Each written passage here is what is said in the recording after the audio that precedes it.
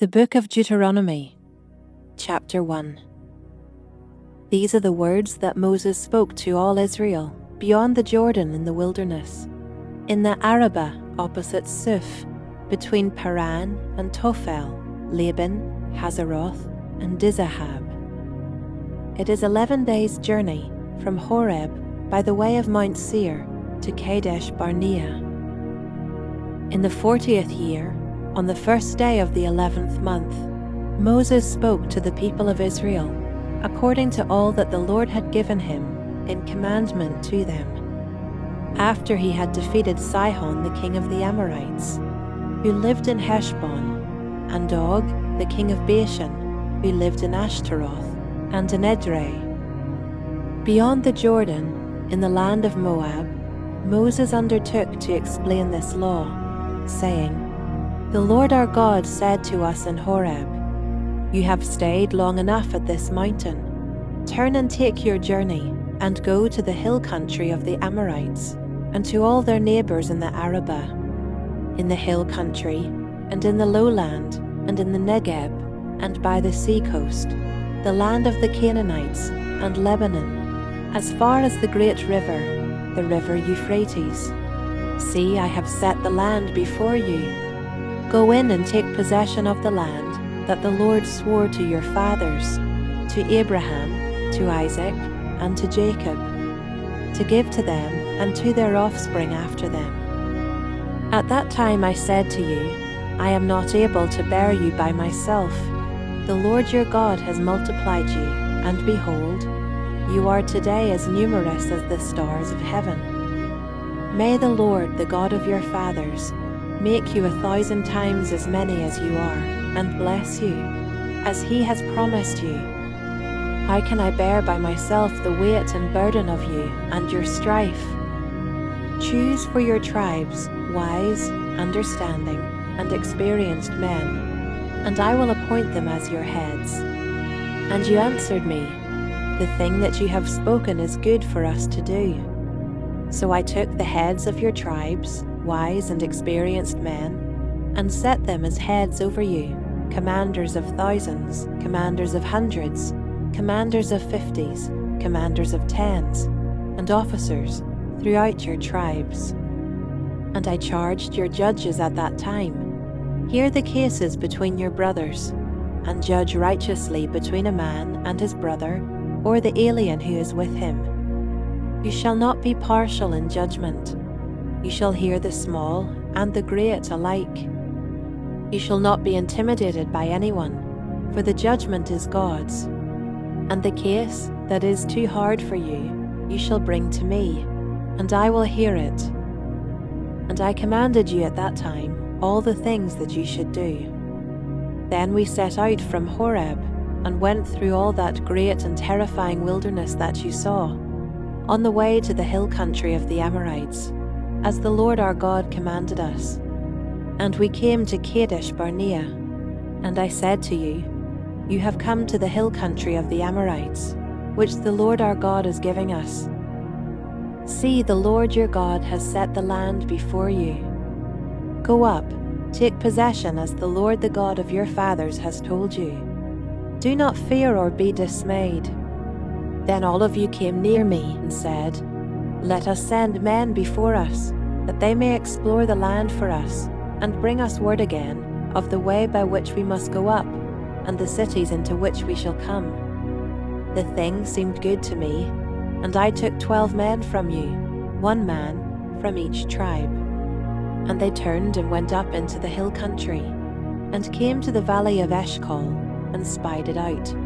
And they took in their hands some of the fruit of the land, and brought it down to us, and brought us word again, and said, "It is a good land that the Lord our God is giving us. Yet you would not go up, but rebelled against the command of the Lord your God. And you murmured in your tents and said, 'Because the Lord hated us, he has brought us out of the land of Egypt, to give us into the hand of the Amorites, to destroy us. Where are we going up? Our brothers have made our hearts melt, saying, The people are greater and taller than we, the cities are great and fortified up to heaven. And besides, We have seen the sons of the Anakim there. Then I said to you, do not be in dread or afraid of them. The Lord your God who goes before you will himself fight for you, just as he did for you in Egypt before your eyes. And in the wilderness, where you have seen how the Lord your God carried you, as a man carries his son, all the way that you went until you came to this place. Yet in spite of this word, you did not believe the Lord your God, who went before you in the way to seek you out a place to pitch your tents, in fire by night and in the cloud by day, to show you by what way you should go. And the Lord heard your words and was angered, and he swore, not one of these men of this evil generation shall see the good land that I swore to give to your fathers, except Caleb the son of Jephunneh. He shall see it, and to him and to his children I will give the land on which he has trodden, because he has wholly followed the Lord. Even with me the Lord was angry on your account, and said, you also shall not go in there. Joshua the son of Nun, who stands before you, he shall enter. Encourage him, for he shall cause Israel to inherit it. And as for your little ones, who you said would become a prey, and your children, who today have no knowledge of good or evil, they shall go in there, and to them I will give it, and they shall possess it. But as for you, turn and journey into the wilderness in the direction of the Red Sea. Then you answered me, we have sinned against the Lord. We ourselves will go up and fight, just as the Lord our God commanded us. And every one of you fastened on his weapons of war, and thought it easy to go up into the hill country. And the Lord said to me, say to them, do not go up or fight, for I am not in your midst, lest you be defeated before your enemies. So I spoke to you, and you would not listen. But you rebelled against the command of the Lord, and presumptuously went up into the hill country. Then the Amorites, who lived in that hill country, came out against you and chased you as bees do, and beat you down in Seir, as far as Hormah. And you returned and wept before the Lord. But the Lord did not listen to your voice, or give ear to you. So you remained at Kadesh many days, the days that you remained there. Chapter 2. Then we turned and journeyed into the wilderness, in the direction of the Red Sea, as the Lord told me. And for many days we traveled around Mount Seir.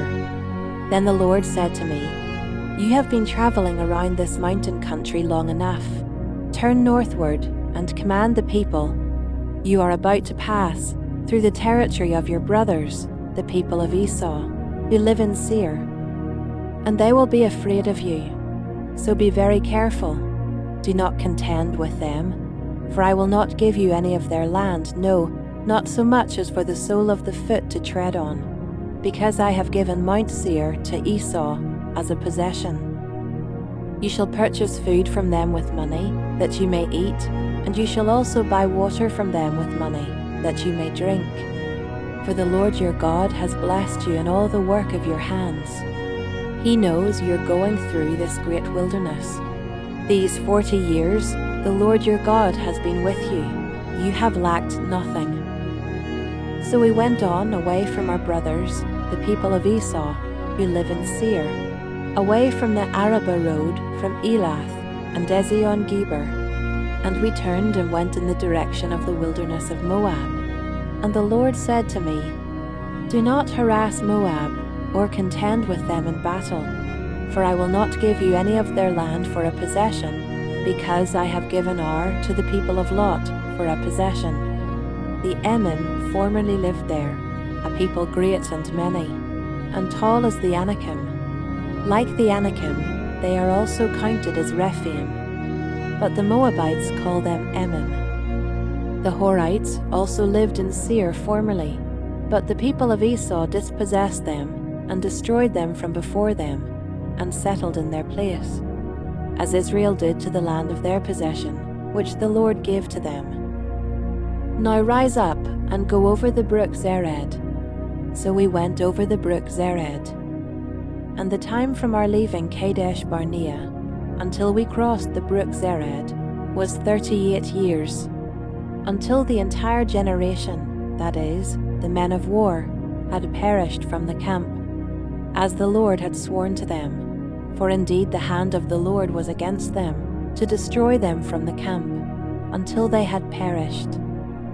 So as soon as all the men of war had perished, and were dead from among the people, the Lord said to me, "Today you are to cross the border of Moab at Ar, and when you approach the territory of the people of Ammon, do not harass them or contend with them, for I will not give you any of the land of the people of Ammon as a possession, because I have given it to the sons of Lot for a possession. It is also counted as a land of Rephaim. Rephaim formerly lived there, but the Ammonites called them Zamzummim, a people great and many, and tall as the Anakim. But the Lord destroyed them before the Ammonites, and they dispossessed them and settled in their place, as he did for the people of Esau who live in Seir, when he destroyed the Horites before them, and they dispossessed them and settled in their place even to this day. As for the Avim, who lived in villages as far as Gaza, the Caphtorim, who came from Caphtor, destroyed them and settled in their place. Rise up, set out on your journey and go over the valley of the Arnon. Behold, I have given into your hand Sihon the Amorite, king of Heshbon, and his land. Begin to take possession and contend with him in battle. This day I will begin to put the dread and fear of you on the peoples who are under the whole heaven, who shall hear the report of you and shall tremble and be in anguish because of you. So I sent messengers from the wilderness of Kedemoth to Sihon the king of Heshbon, with words of peace, saying, "Let me pass through your land. I will go only by the road. I will turn aside neither to the right nor to the left. You shall sell me food for money, that I may eat, and give me water for money, that I may drink. Only let me pass through on foot, as the sons of Esau who live in Seir, and the Moabites who live in Ar did for me, until I go over the Jordan into the land that the Lord our God is giving to us." But Sihon the king of Heshbon would not let us pass by him, for the Lord your God hardened his spirit, and made his heart obstinate, that he might give him into your hand, as he is this day. And the Lord said to me, "Behold, I have begun to give Sihon and his land over to you. Begin to take possession, that you may occupy his land." Then Sihon came out against us, he and all his people, to battle at Jahaz. And the Lord our God gave him over to us, and we defeated him and his sons and all his people. And we captured all his cities at that time, and devoted to destruction every city, men, women, and children. We left no survivors. Only the livestock we took as spoil for ourselves, with the plunder of the cities that we captured. From Aroer, which is on the edge of the valley of the Arnon, and from the city that is in the valley, as far as Gilead, there was not a city too high for us. The Lord our God gave all into our hands. Only to the land of the sons of Ammon did you not draw near, that is, to all the banks of the river Jabbok and the cities of the hill country, whatever the Lord our God had forbidden us. Chapter 3. Then we turned and went up the way to Bashan, and Og the king of Bashan came out against us, he and all his people, to battle at Edrei. But the Lord said to me, "Do not fear him, for I have given him and all his people and his land into your hand. And you shall do to him as you did to Sihon the king of the Amorites, who lived at Heshbon." So the Lord our God gave into our hand Og also, the king of Bashan, and all his people. And we struck him down until he had no survivor left. And we took all his cities at that time. There was not a city that we did not take from them. 60 cities, the whole region of Argob, the kingdom of Og in Bashan. All these were cities fortified with high walls, gates, and bars, besides very many unwalled villages. And we devoted them to destruction, as we did to Sihon the king of Heshbon, devoting to destruction every city, men, women, and children. But all the livestock and the spoil of the cities we took as our plunder. So we took the land at that time out of the hand of the 2 kings of the Amorites, who were beyond the Jordan, from the valley of the Arnon to Mount Hermon. The Sidonians call Hermon Syrian, while the Amorites call it Senir. All the cities of the tableland, and all Gilead, and all Bashan, as far as Salakah and Edrei, cities of the kingdom of Og in Bashan. For only Og the king of Bashan was left of the remnant of the Rephaim. Behold, his bed was a bed of iron. Is it not in Rabbah of the Ammonites? 9 cubits was its length, and 4 cubits its breadth, according to the common cubit. When we took possession of this land at that time, I gave to the Reubenites and the Gadites the territory beginning at Aroer, which is on the edge of the valley of the Arnon, and half the hill country of Gilead with its cities. The rest of Gilead, and all Bashan, the kingdom of Og, that is, all the region of Argob, I gave to the half-tribe of Manasseh. All that portion of Bashan is called the land of Rephaim. Jair the Manassite took all the region of Argob, that is, Bashan, as far as the border of the Geshurites and the Maccathites, and called the villages after his own name, Havoth Jair, as it is to this day. To Machir I gave Gilead, and to the Reubenites and the Gadites I gave the territory from Gilead as far as the valley of the Arnon, with the middle of the valley as a border, as far over as the river Jabbok, the border of the Ammonites. The Arabah also, with the Jordan as the border, from Chinnereth as far as the sea of the Arabah, the salt sea, under the slopes of Pisgah on the east. And I commanded you at that time, saying, The Lord your God has given you this land to possess. All your men of valor shall cross over armed before your brothers, the people of Israel. Only your wives, your little ones, and your livestock, I know that you have much livestock, shall remain in the cities that I have given you, until the Lord gives rest to your brothers, as to you, and they also occupy the land that the Lord your God gives them beyond the Jordan. Then each of you may return to his possession which I have given you. And I commanded Joshua at that time, Your eyes have seen all that the Lord your God has done to these 2 kings. So will the Lord do to all the kingdoms into which you are crossing. You shall not fear them, for it is the Lord your God who fights for you. And I pleaded with the Lord at that time, saying, O Lord God, you have only begun to show your servant your greatness and your mighty hand. For what God is there in heaven or on earth who can do such works and mighty acts as yours? Please let me go over and see the good land beyond the Jordan, that good hill country and Lebanon. But the Lord was angry with me because of you, and would not listen to me. And the Lord said to me, Enough from you, do not speak to me of this matter again. Go up to the top of Pisgah, and lift up your eyes westward, and northward, and southward, and eastward, and look at it with your eyes. For you shall not go over this Jordan. But charge Joshua, and encourage and strengthen him, for he shall go over at the head of this people, and he shall put them in possession of the land that ye shall see. So we remained in the valley, opposite Beth Peor. Chapter 4.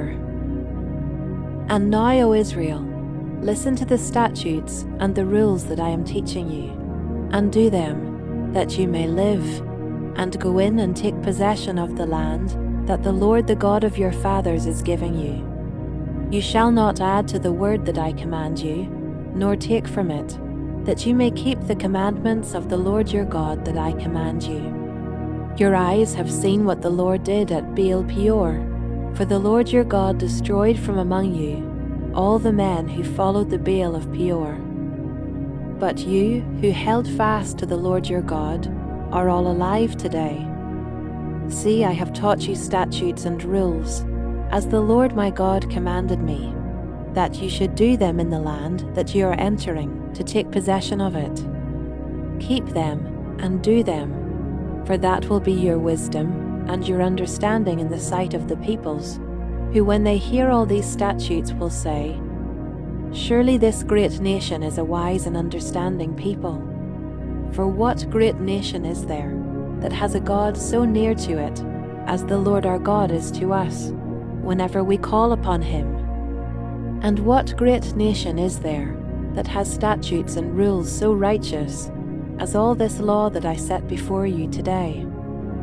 Only take care and keep your soul diligently, lest you forget the things that your eyes have seen, and lest they depart from your heart all the days of your life.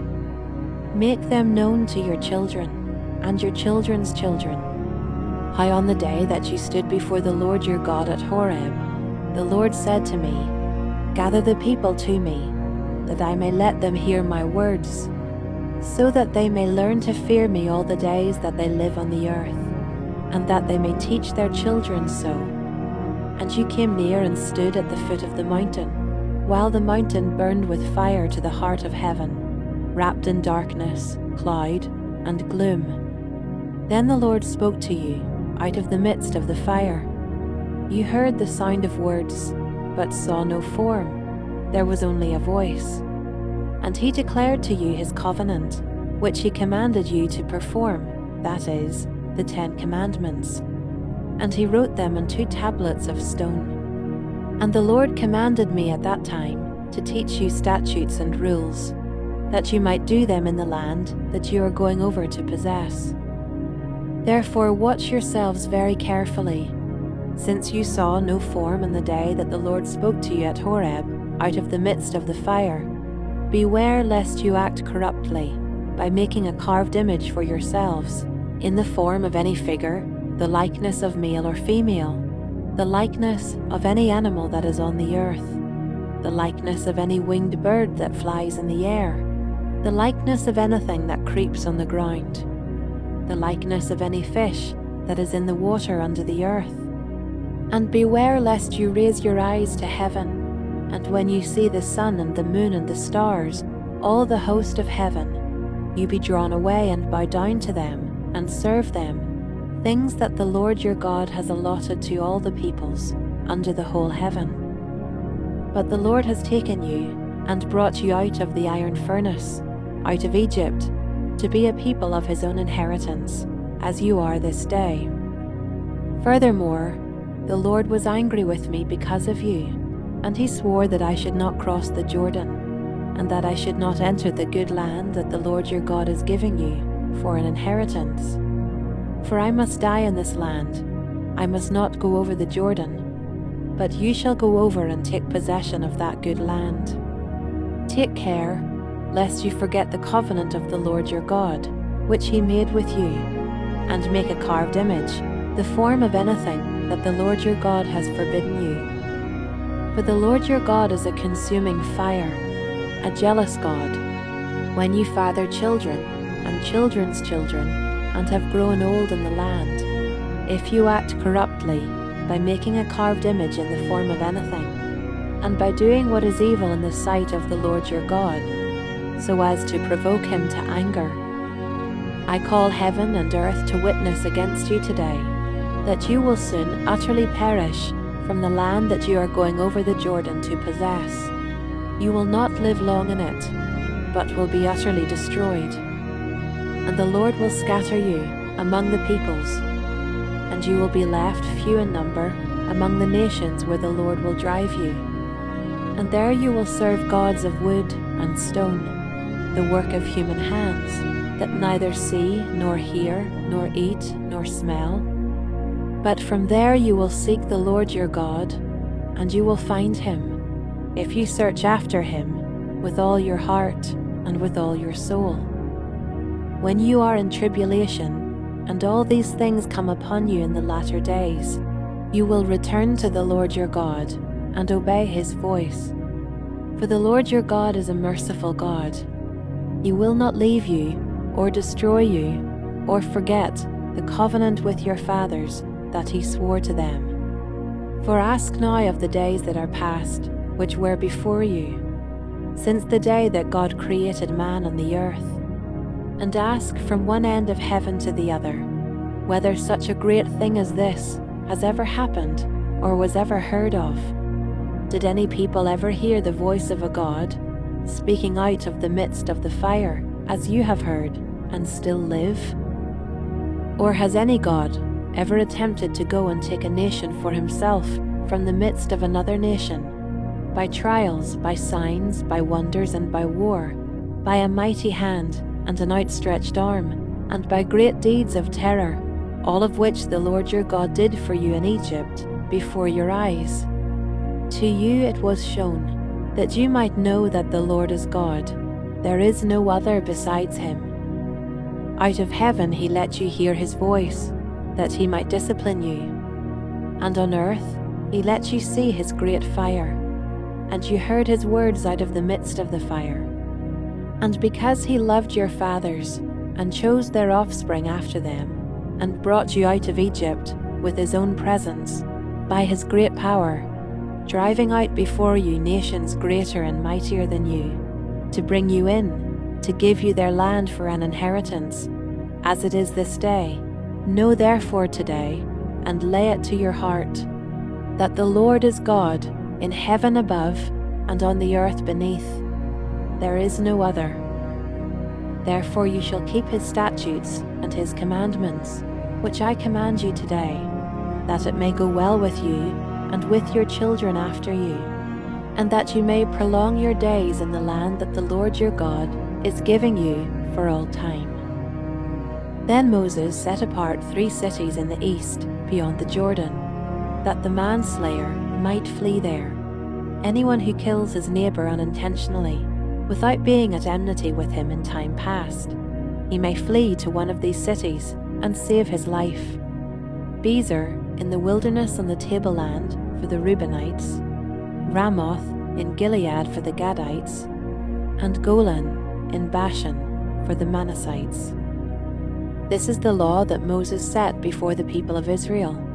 These are the testimonies, the statutes, and the rules which Moses spoke to the people of Israel when they came out of Egypt, beyond the Jordan, in the valley opposite Beth Peor, in the land of Sihon, the king of the Amorites, who lived at Heshbon, whom Moses and the people of Israel defeated when they came out of Egypt.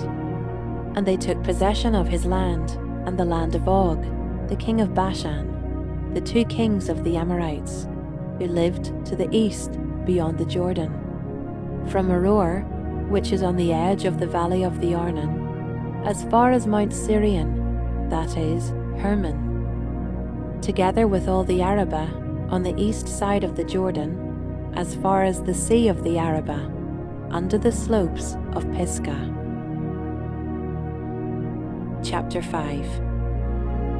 And Moses summoned all Israel, and said to them, Hear, O Israel, the statutes and the rules that I speak in your hearing today, and you shall learn them, and be careful to do them. The Lord our God made a covenant with us in Horeb. Not with our fathers did the Lord make this covenant, but with us, who are all of us here alive today. The Lord spoke with you face to face at the mountain, out of the midst of the fire, while I stood between the Lord and you at that time, to declare to you the word of the Lord. For you were afraid because of the fire, and you did not go up into the mountain. He said, I am the Lord your God, who brought you out of the land of Egypt, out of the house of slavery. You shall have no other gods before me. You shall not make for yourself a carved image, or any likeness of anything that is in heaven above, or that is on the earth beneath, or that is in the water under the earth. You shall not bow down to them or serve them, for I, the Lord your God, am a jealous God, visiting the iniquity of the fathers on the children, to the 3rd and 4th generation of those who hate me, but showing steadfast love to thousands of those who love me and keep my commandments. You shall not take the name of the Lord your God in vain, for the Lord will not hold him guiltless who takes his name in vain. Observe the Sabbath day to keep it holy, as the Lord your God commanded you. 6 days you shall labor and do all your work, but the seventh day is a Sabbath to the Lord your God. On it you shall not do any work, you or your son or your daughter or your male servant or your female servant, or your ox or your donkey or any of your livestock, or the sojourner who is within your gates, that your male servant and your female servant may rest as well as you. You shall remember that you were a slave in the land of Egypt, and the Lord your God brought you out from there with a mighty hand and an outstretched arm. Therefore, the Lord your God commanded you to keep this Sabbath day. Honor your father and your mother, as the Lord your God commanded you, that your days may be long, and that it may go well with you in the land that the Lord your God is giving you. You shall not murder, and you shall not commit adultery, and you shall not steal, and you shall not bear false witness against your neighbor, and you shall not covet your neighbor's wife, and you shall not desire your neighbor's house, his field, or his male servant, or his female servant, his ox, or his donkey, or anything that is your neighbor's. These words the Lord spoke to all your assembly at the mountain, out of the midst of the fire, the cloud, and the thick darkness, with a loud voice, and he added no more. And he wrote them on 2 tablets of stone, and gave them to me. And as soon as you heard the voice out of the midst of the darkness, while the mountain was burning with fire, you came near to me, all the heads of your tribes and your elders, and you said, Behold, the Lord our God has shown us his glory and greatness, and we have heard his voice out of the midst of the fire. This day we have seen God speak with man, and man still live. Now therefore why should we die? For this great fire will consume us. If we hear the voice of the Lord our God any more, we shall die. For who is there of all flesh that has heard the voice of the living God speaking out of the midst of fire as we have, and has still lived? Go near and hear all that the Lord our God will say, and speak to us all that the Lord our God will speak to you, and we will hear and do it. And the Lord heard your words when you spoke to me, and the Lord said to me, I have heard the words of this people, which they have spoken to you. They are right in all that they have spoken. Oh, that they had such a heart as this always, to fear me and to keep all my commandments, that it might go well with them and with their descendants forever. Go and say to them, Return to your tents. But you, stand here by me, and I will tell you the whole commandment, and the statutes, and the rules, that you shall teach them, that they may do them in the land that I am giving them to possess. You shall be careful therefore to do as the Lord your God has commanded you. You shall not turn aside to the right hand or to the left. You shall walk in all the way that the Lord your God has commanded you, that you may live, and that it may go well with you, and that you may live long in the land that you shall possess. Chapter 6.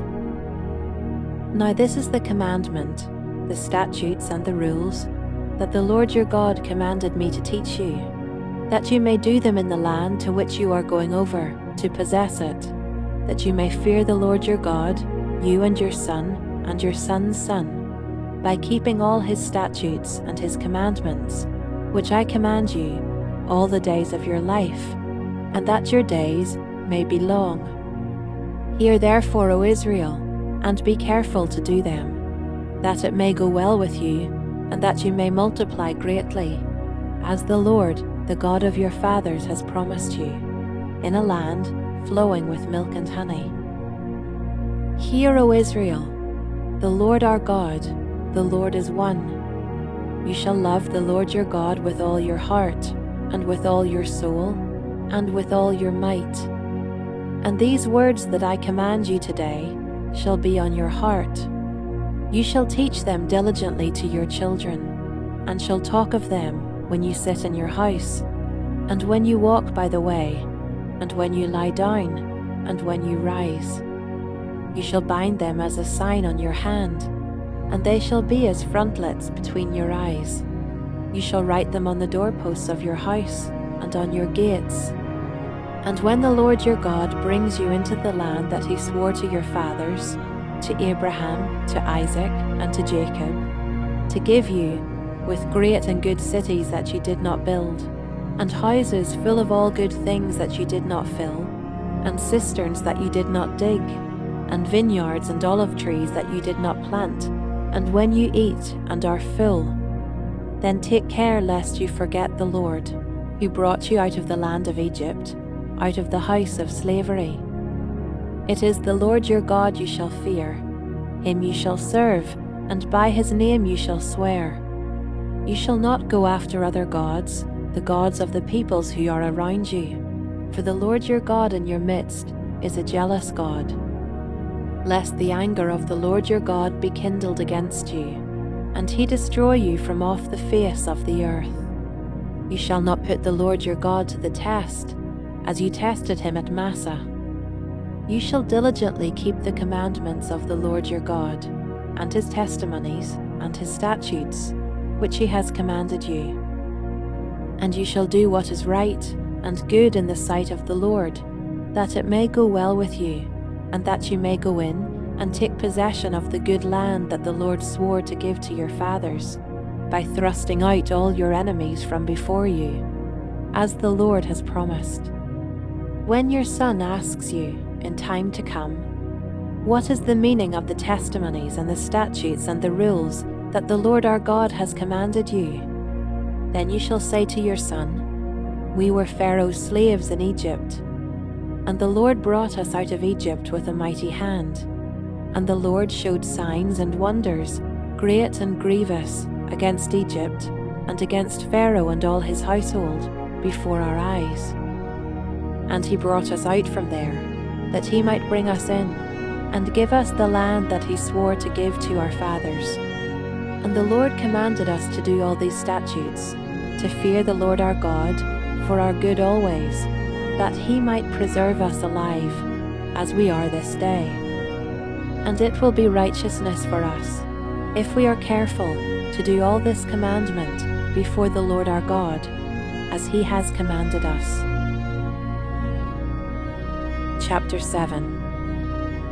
When the Lord your God brings you into the land that you are entering to take possession of it, and clears away many nations before you, the Hittites, the Girgashites, the Amorites, the Canaanites, the Perizzites, the Hivites, and the Jebusites, 7 nations more numerous and mightier than you. And when the Lord your God gives them over to you, and you defeat them, then you must devote them to complete destruction. You shall make no covenant with them, and show no mercy to them. You shall not intermarry with them, giving your daughters to their sons or taking their daughters for your sons, for they would turn away your sons from following me to serve other gods. Then the anger of the Lord would be kindled against you, and he would destroy you quickly. But thus shall you deal with them. You shall break down their altars and dash in pieces their pillars, and chop down their Asherim, and burn their carved images with fire. For you are a people holy to the Lord your God. The Lord your God has chosen you to be a people for his treasured possession, out of all the peoples who are on the face of the earth. It was not because you were more in number than any other people that the Lord set his love on you and chose you, for you were the fewest of all peoples. But it is because the Lord loves you, and is keeping the oath that he swore to your fathers, that the Lord has brought you out with a mighty hand, and redeemed you from the house of slavery, from the hand of Pharaoh king of Egypt. Know therefore that the Lord your God is God, the faithful God, who keeps covenant and steadfast love with those who love him and keep his commandments, to 1,000 generations, and repays to their face those who hate him by destroying them. He will not be slack with one who hates him, he will repay him to his face. You shall therefore be careful to do the commandment and the statutes and the rules that I command you today. And because you listen to these rules and keep and do them, the Lord your God will keep with you the covenant and the steadfast love that he swore to your fathers. He will love you, bless you, and multiply you. He will also bless the fruit of your womb and the fruit of your ground, your grain and your wine and your oil, the increase of your herds and the young of your flock, in the land that he swore to your fathers to give you. You shall be blessed above all peoples. There shall not be male or female barren among you, or among your livestock. And the Lord will take away from you all sickness, and none of the evil diseases of Egypt, which you knew, will he inflict on you, but he will lay them on all who hate you. And you shall consume all the peoples that the Lord your God will give over to you. Your eye shall not pity them, neither shall you serve their gods, for that would be a snare to you. If you say in your heart, "These nations are greater than I, how can I dispossess them?" You shall not be afraid of them, but you shall remember what the Lord your God did to Pharaoh and to all Egypt, the great trials that your eyes saw, the signs, the wonders, the mighty hand, and the outstretched arm, by which the Lord your God brought you out. So will the Lord your God do to all the peoples of whom you are afraid. Moreover, the Lord your God will send hornets among them, until those who are left and hide themselves from you are destroyed. You shall not be in dread of them, for the Lord your God is in your midst, a great and awesome God. The Lord your God will clear away these nations before you, little by little. You may not make an end of them at once, lest the wild beasts grow too numerous for you. But the Lord your God will give them over to you and throw them into great confusion until they are destroyed. And he will give their kings into your hand, and you shall make their name perish from under heaven. No one shall be able to stand against you until you have destroyed them. The carved images of their gods you shall burn with fire. You shall not covet the silver or the gold that is on them, or take it for yourselves, lest you be ensnared by it, for it is an abomination to the Lord your God. And you shall not bring an abominable thing into your house and become devoted to destruction like it. You shall utterly detest and abhor it, for it is devoted to destruction. Chapter 8. The whole commandment that I command you today you shall be careful to do, that you may live and multiply, and go in and possess the land that the Lord swore to give to your fathers. And you shall remember the whole way that the Lord your God has led you these 40 years in the wilderness, that he might humble you, testing you to know what was in your heart, whether you would keep his commandments or not.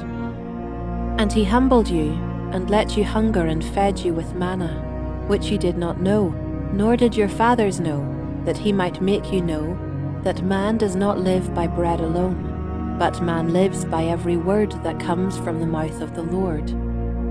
Your clothing did not wear out on you, and your foot did not swell these 40 years. Know then in your heart that as a man disciplines his son, the Lord your God disciplines you. So you shall keep the commandments of the Lord your God by walking in his ways and by fearing him. For the Lord your God is bringing you into a good land, a land of brooks of water, of fountains and springs, flowing out in the valleys and hills, a land of wheat and barley, of vines and fig trees and pomegranates, a land of olive trees and honey, a land in which you will eat bread without scarcity, in which you will lack nothing, a land whose stones are iron, and out of whose hills you can dig copper. And you shall eat and be full, and you shall bless the Lord your God for the good land he has given you. Take care lest you forget the Lord your God by not keeping his commandments and his rules and his statutes, which I command you today. lest, when you have eaten and are full, and have built good houses and live in them, and when your herds and flocks multiply, and your silver and gold is multiplied, and all that you have is multiplied, then your heart be lifted up, and you forget the Lord your God, who brought you out of the land of Egypt, out of the house of slavery, who led you through the great and terrifying wilderness, with its fiery serpents and scorpions, and thirsty ground where there was no water, who brought you water out of the flinty rock, who fed you in the wilderness with manna that your fathers did not know, that he might humble you and test you, to do you good in the end. Beware lest you say in your heart, my power and the might of my hand have gotten me this wealth. You shall remember the Lord your God, for it is he who gives you power to get wealth, that he may confirm his covenant that he swore to your fathers, as it is this day. And if you forget the Lord your God, and go after other gods, and serve them and worship them, I solemnly warn you today that you shall surely perish. Like the nations that the Lord makes to perish before you, so shall you perish, because you would not obey the voice of the Lord your God.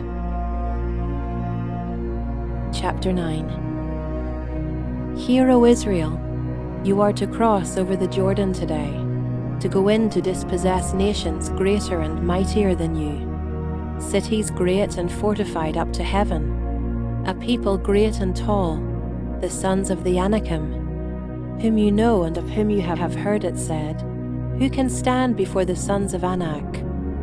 Know therefore today that he who goes over before you as a consuming fire is the Lord your God. He will destroy them and subdue them before you. So you shall drive them out and make them perish quickly, as the Lord has promised you. Do not say in your heart, after the Lord your God has thrust them out before you, it is because of my righteousness that the Lord has brought me in to possess this land. Whereas it is because of the wickedness of these nations that the Lord is driving them out before you, not because of your righteousness or the uprightness of your heart are you going in to possess their land, but because of the wickedness of these nations the Lord your God is driving them out from before you, and that he may confirm the word that the Lord swore to your fathers, to Abraham, to Isaac, and to Jacob. Know therefore that the Lord your God is not giving you this good land to possess because of your righteousness, for you are a stubborn people. Remember and do not forget how you provoked the Lord your God to wrath in the wilderness. From the day you came out of the land of Egypt until you came to this place, you have been rebellious against the Lord. Even at Horeb you provoked the Lord to wrath, and the Lord was so angry with you that he was ready to destroy you. When I went up the mountain to receive the tablets of stone, the tablets of the covenant that the Lord made with you, I remained on the mountain 40 days and 40 nights. I neither ate bread nor drank water. And the Lord gave me the 2 tablets of stone written with the finger of God. And on them were all the words that the Lord had spoken with you on the mountain, out of the midst of the fire, on the day of the assembly. And at the end of 40 days and 40 nights, the Lord gave me the 2 tablets of stone, the tablets of the covenant. Then the Lord said to me, Arise, go down quickly from here, for your people whom you have brought from Egypt have acted corruptly. They have turned aside quickly out of the way that I commanded them. They have made themselves a metal image. Furthermore, the Lord said to me, I have seen this people, and behold, it is a stubborn people. Let me alone that I may destroy them, and blot out their name from under heaven. And I will make of you a nation mightier and greater than they. So I turned and came down from the mountain, and the mountain was burning with fire. And the 2 tablets of the covenant were in my 2 hands. And I looked, and behold, you had sinned against the Lord your God. You had made yourselves a golden calf. You had turned aside quickly from the way that the Lord had commanded you. So I took hold of the 2 tablets, and threw them out of my 2 hands, and broke them before your eyes. Then I lay prostrate before the Lord as before, 40 days and 40 nights.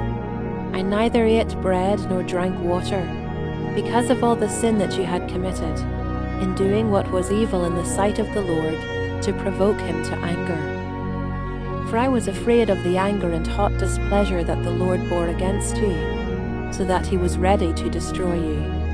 But the Lord listened to me that time also, and the Lord was so angry with Aaron that he was ready to destroy him.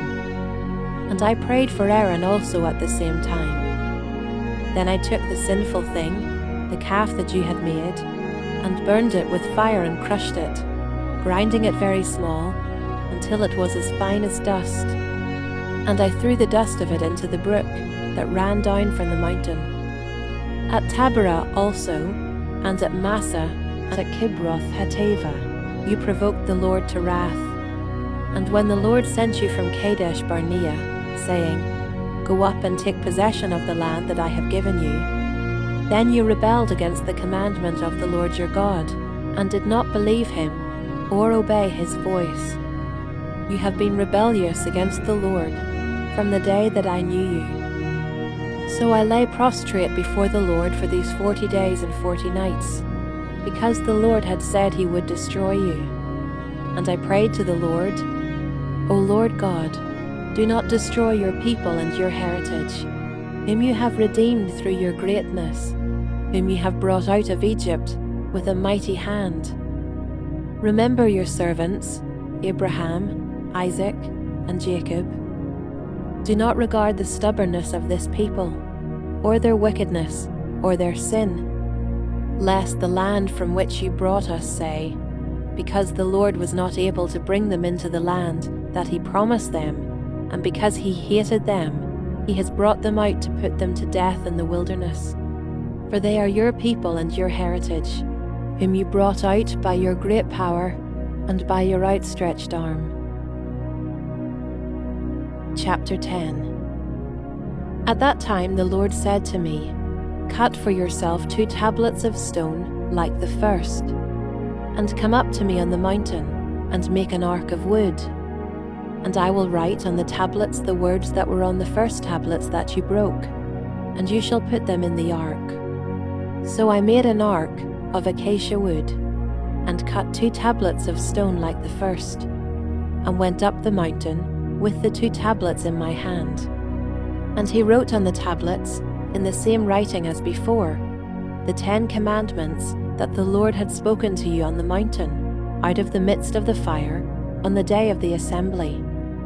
And the Lord gave them to me. Then I turned and came down from the mountain, and put the tablets in the ark that I had made. And there they are, as the Lord commanded me. The people of Israel journeyed from Beeroth Bene Jaakan to Moserah. There Aaron died, and there he was buried. And his son Eleazar ministered as priest in his place. From there they journeyed to Gudgedah, and from Gudgedah to Jothbatha, a land with brooks of water.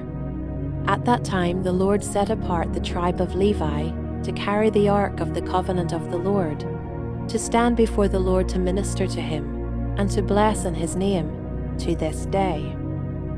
Therefore Levi has no portion or inheritance with his brothers. The Lord is his inheritance, as the Lord your God said to him.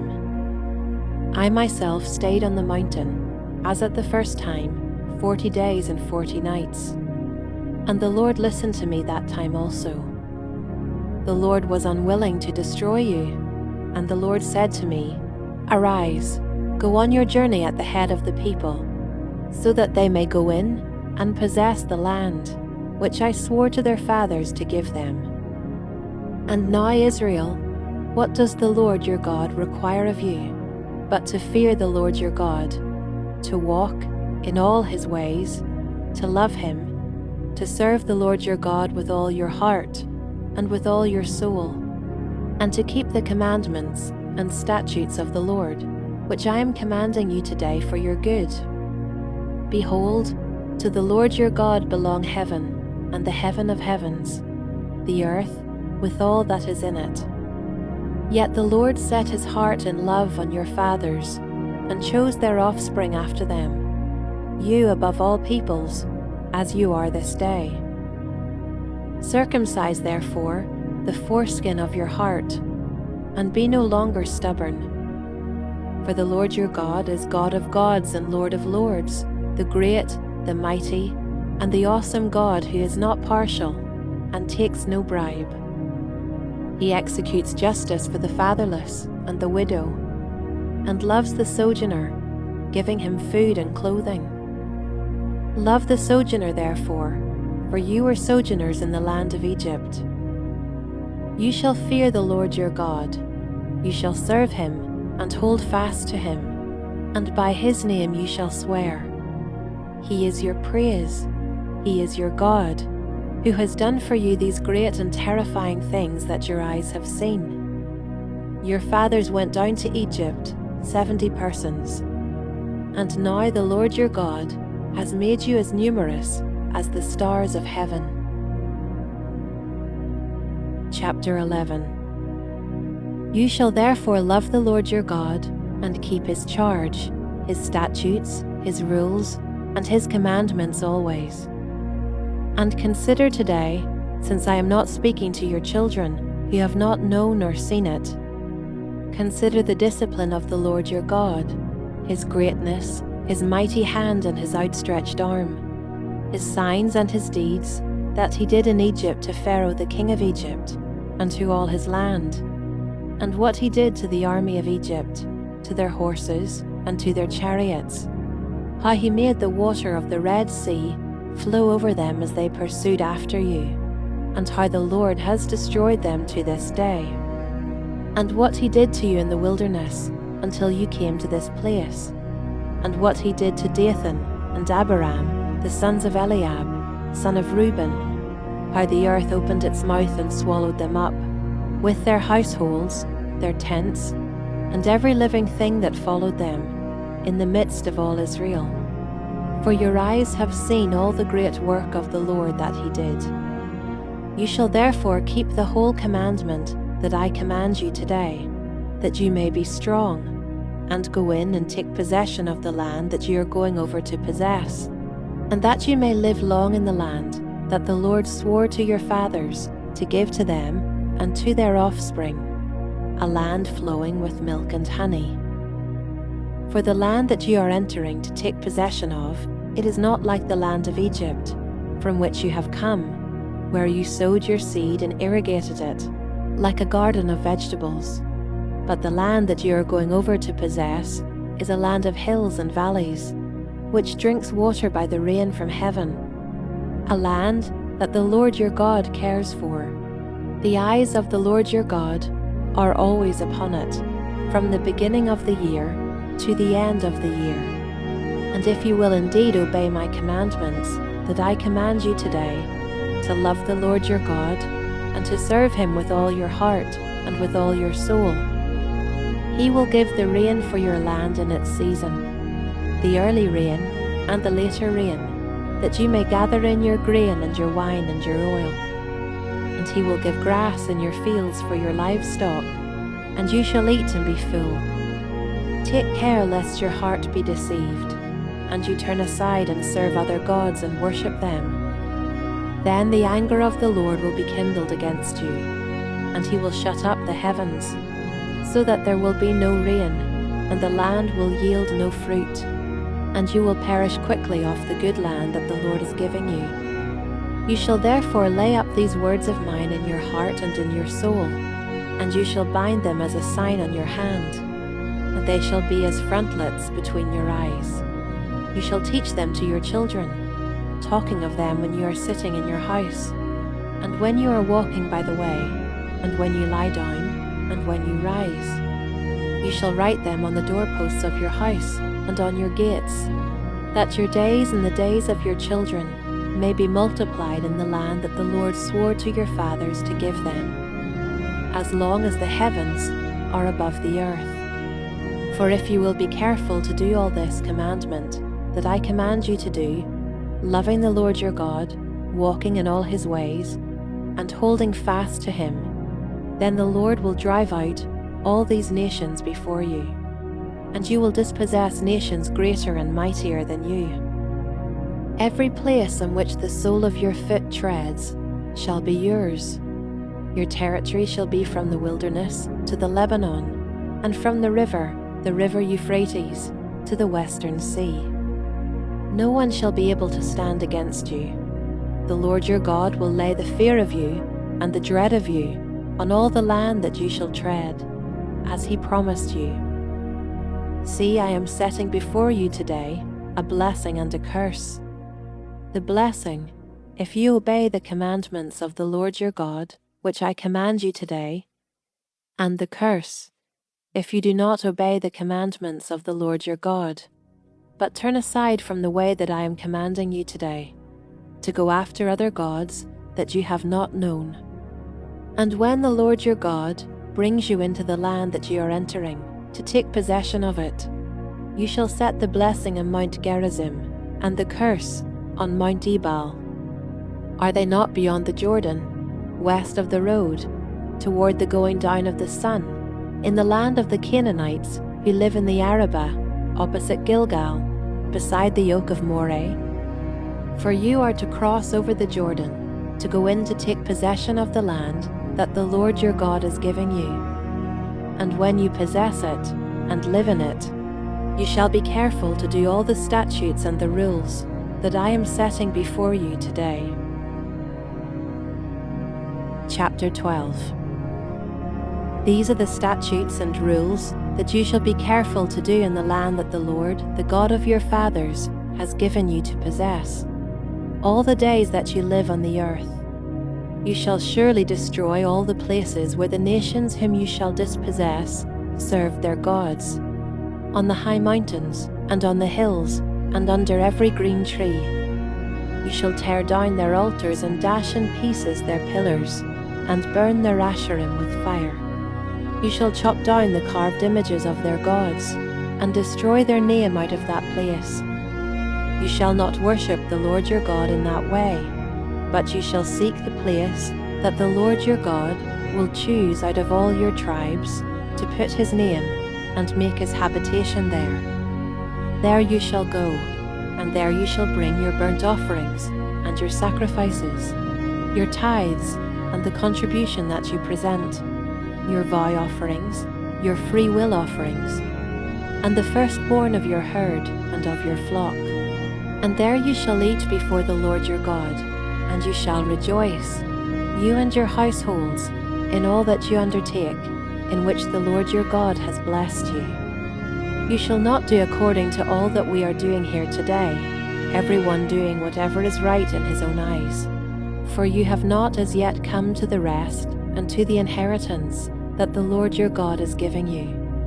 But when you go over the Jordan, and live in the land that the Lord your God is giving you to inherit, and when he gives you rest from all your enemies around, so that you live in safety, then to the place that the Lord your God will choose, to make his name dwell there, there you shall bring all that I command you, your burnt offerings and your sacrifices, your tithes and the contribution that you present, and all your finest vow offerings that you vow to the Lord.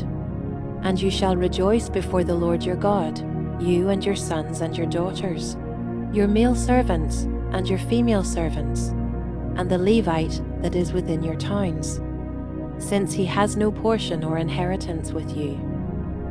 Take care that you do not offer your burnt offerings at any place that you see, but at the place that the Lord will choose in one of your tribes.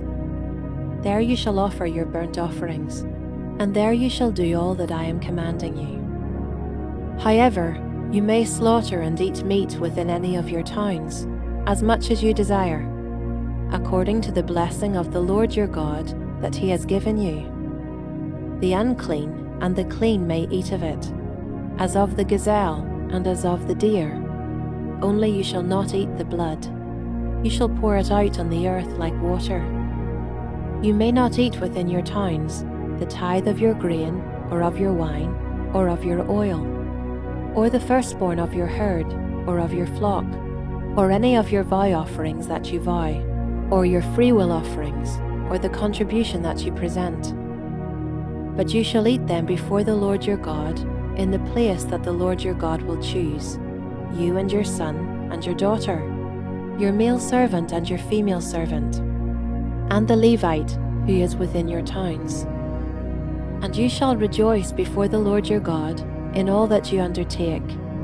Take care that you do not neglect the Levite as long as you live in your land. When the Lord your God enlarges your territory, as he has promised you, and you say, I will eat meat, because you crave meat, you may eat meat whenever you desire. If the place that the Lord your God will choose to put his name there is too far from you, then you may kill any of your herd or your flock, which the Lord has given you, as I have commanded you, and you may eat within your towns whenever you desire. Just as the gazelle or the deer is eaten, so you may eat of it. The unclean and the clean alike may eat of it. Only be sure that you do not eat the blood, for the blood is the life, and you shall not eat the life with the flesh. You shall not eat it, you shall pour it out on the earth like water. You shall not eat it, that all may go well with you and with your children after you, when you do what is right in the sight of the Lord. But the holy things that are due from you, and your vow offerings, you shall take, and you shall go to the place that the Lord will choose, and offer your burnt offerings, the flesh and the blood, on the altar of the Lord your God. The blood of your sacrifices shall be poured out on the altar of the Lord your God, but the flesh you may eat. Be careful to obey all these words that I command you, that it may go well with you and with your children after you forever, when you do what is good and right in the sight of the Lord your God. When the Lord your God cuts off before you the nations whom you go in to dispossess, and you dispossess them and dwell in their land, take care that you be not ensnared to follow them, after they have been destroyed before you, and that you do not inquire about their gods, saying, How did these nations serve their gods, that I also may do the same? You shall not worship the Lord your God in that way, for every abominable thing that the Lord hates, they have done for their gods. For they even burn their sons and their daughters in the fire to their gods. Everything that I command you, you shall be careful to do. You shall not add to it or take from it. Chapter 13. If a prophet or a dreamer of dreams arises among you and gives you a sign or a wonder, and the sign or wonder that he tells you comes to pass, and if he says, Let us go after other gods, which you have not known, and let us serve them, you shall not listen to the words of that prophet or that dreamer of dreams. For the Lord your God is testing you, to know whether you love the Lord your God with all your heart and with all your soul.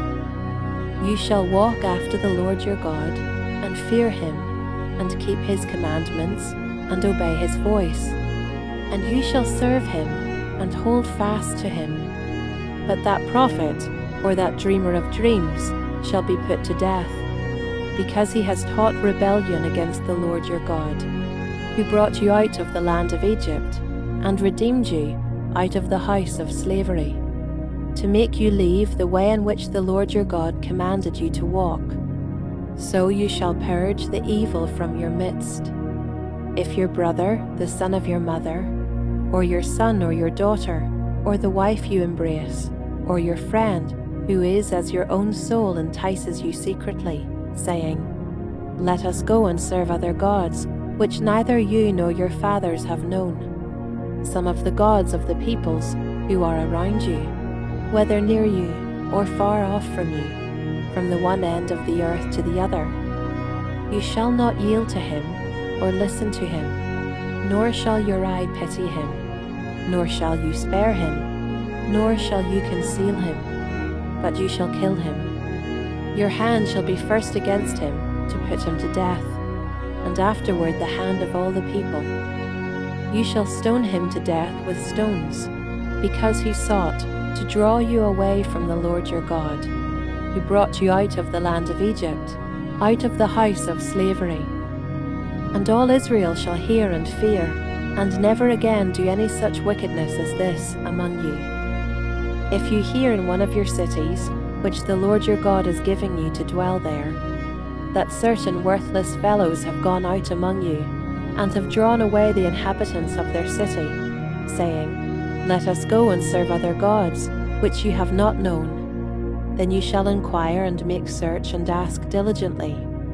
And behold, if it be true and certain that such an abomination has been done among you, you shall surely put the inhabitants of that city to the sword, devoting it to destruction, all who are in it, and its cattle, with the edge of the sword.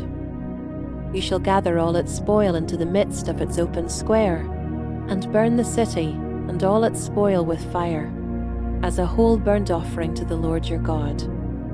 It shall be a heap forever, it shall not be built again. None of the devoted things shall stick to your hand, that the Lord may turn from the fierceness of his anger, and show you mercy, and have compassion on you, and multiply you, as he swore to your fathers, if you obey the voice of the Lord your God, keeping all his commandments that I am commanding you today, and doing what is right in the sight of the Lord your God. Chapter 14. You are the sons of the Lord your God. You shall not cut yourselves, or make any baldness on your foreheads for the dead. For you are a people holy to the Lord your God. And the Lord has chosen you to be a people for his treasured possession, out of all the peoples who are on the face of the earth. You shall not eat any abomination. These are the animals you may eat: the ox, the sheep, the goat, the deer, the gazelle, the roebuck, the wild goat, the ibex, the antelope, and the mountain sheep. Every animal that parts the hoof, and has the hoof cloven in two, and chews the cud among the animals, you may eat. Yet of those that chew the cud, or have the hoof cloven, you shall not eat these: the camel, the hare, and the rock badger, because they chew the cud, but do not part the hoof, are unclean for you. And the pig, because it parts the hoof, but does not chew the cud, is unclean for you. Their flesh you shall not eat, and their carcasses you shall not touch. Of all that are in the waters you may eat these: whatever has fins and scales you may eat. And whatever does not have fins and scales you shall not eat. It is unclean for you. You may eat all clean birds, but these are the ones that you shall not eat: the eagle, the bearded vulture, the black vulture, the kite, the falcon of any kind, every raven of any kind, the ostrich, the nighthawk, the seagull, the hawk of any kind, the little owl and the short-eared owl, the barn owl and the tawny owl, the carrion vulture and the cormorant, the stork, the heron of any kind, the hoopoe and the bat. And all winged insects are unclean for you. They shall not be eaten. All clean winged things you may eat. You shall not eat anything that has died naturally. You may give it to the sojourner who is within your towns, that he may eat it. Or you may sell it to a foreigner, for you are a people holy to the Lord your God. You shall not boil a young goat in its mother's milk. You shall tithe all the yield of your seed that comes from the field year by year. And before the Lord your God, in the place that he will choose, to make his name dwell there, you shall eat the tithe of your grain, of your wine, and of your oil, and the firstborn of your herd and flock, that you may learn to fear the Lord your God always. And if the way is too long for you, so that you are not able to carry the tithe, when the Lord your God blesses you, because the place is too far from you, which the Lord your God chooses to set his name there. Then you shall turn it into money, and bind up the money in your hand, and go to the place that the Lord your God chooses, and spend the money for whatever you desire, oxen or sheep, or wine or strong drink, whatever your appetite craves. And you shall eat there before the Lord your God and rejoice, you and your household. And you shall not neglect the Levite who is within your towns, for he has no portion or inheritance with you. At the end of every 3 years, you shall bring out all the tithe of your produce in the same year, and lay it up within your towns. And the Levite, because he has no portion or inheritance with you, and the sojourner, the fatherless, and the widow, who are within your towns, shall come and eat and be filled, that the Lord your God may bless you in all the work of your hands that you do. Chapter 15. At the end of every 7 years you shall grant a release, and this is the manner of the release. Every creditor shall release what he has lent to his neighbour. He shall not exact it of his neighbour, his brother, because the Lord's release has been proclaimed. Of a foreigner you may exact it, but whatever of yours is with your brother, your hand shall release. But there will be no poor among you, for the Lord will bless you in the land that the Lord your God is giving you for an inheritance to possess, if only you will strictly obey the voice of the Lord your God, being careful to do all this commandment that I command you today. For the Lord your God will bless you, as he promised you, and you shall lend to many nations, but you shall not borrow, and you shall rule over many nations, but they shall not rule over you. If among you one of your brothers should become poor, in any of your towns, within your land that the Lord your God is giving you, you shall not harden your heart, or shut your hand against your poor brother, but you shall open your hand to him, and lend him sufficient for his need, whatever it may be.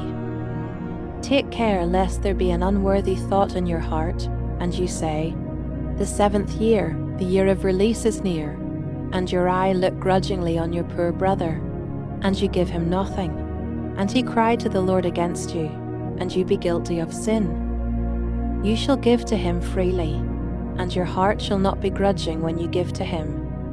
Because for this, the Lord your God will bless you in all your work, and in all that you undertake.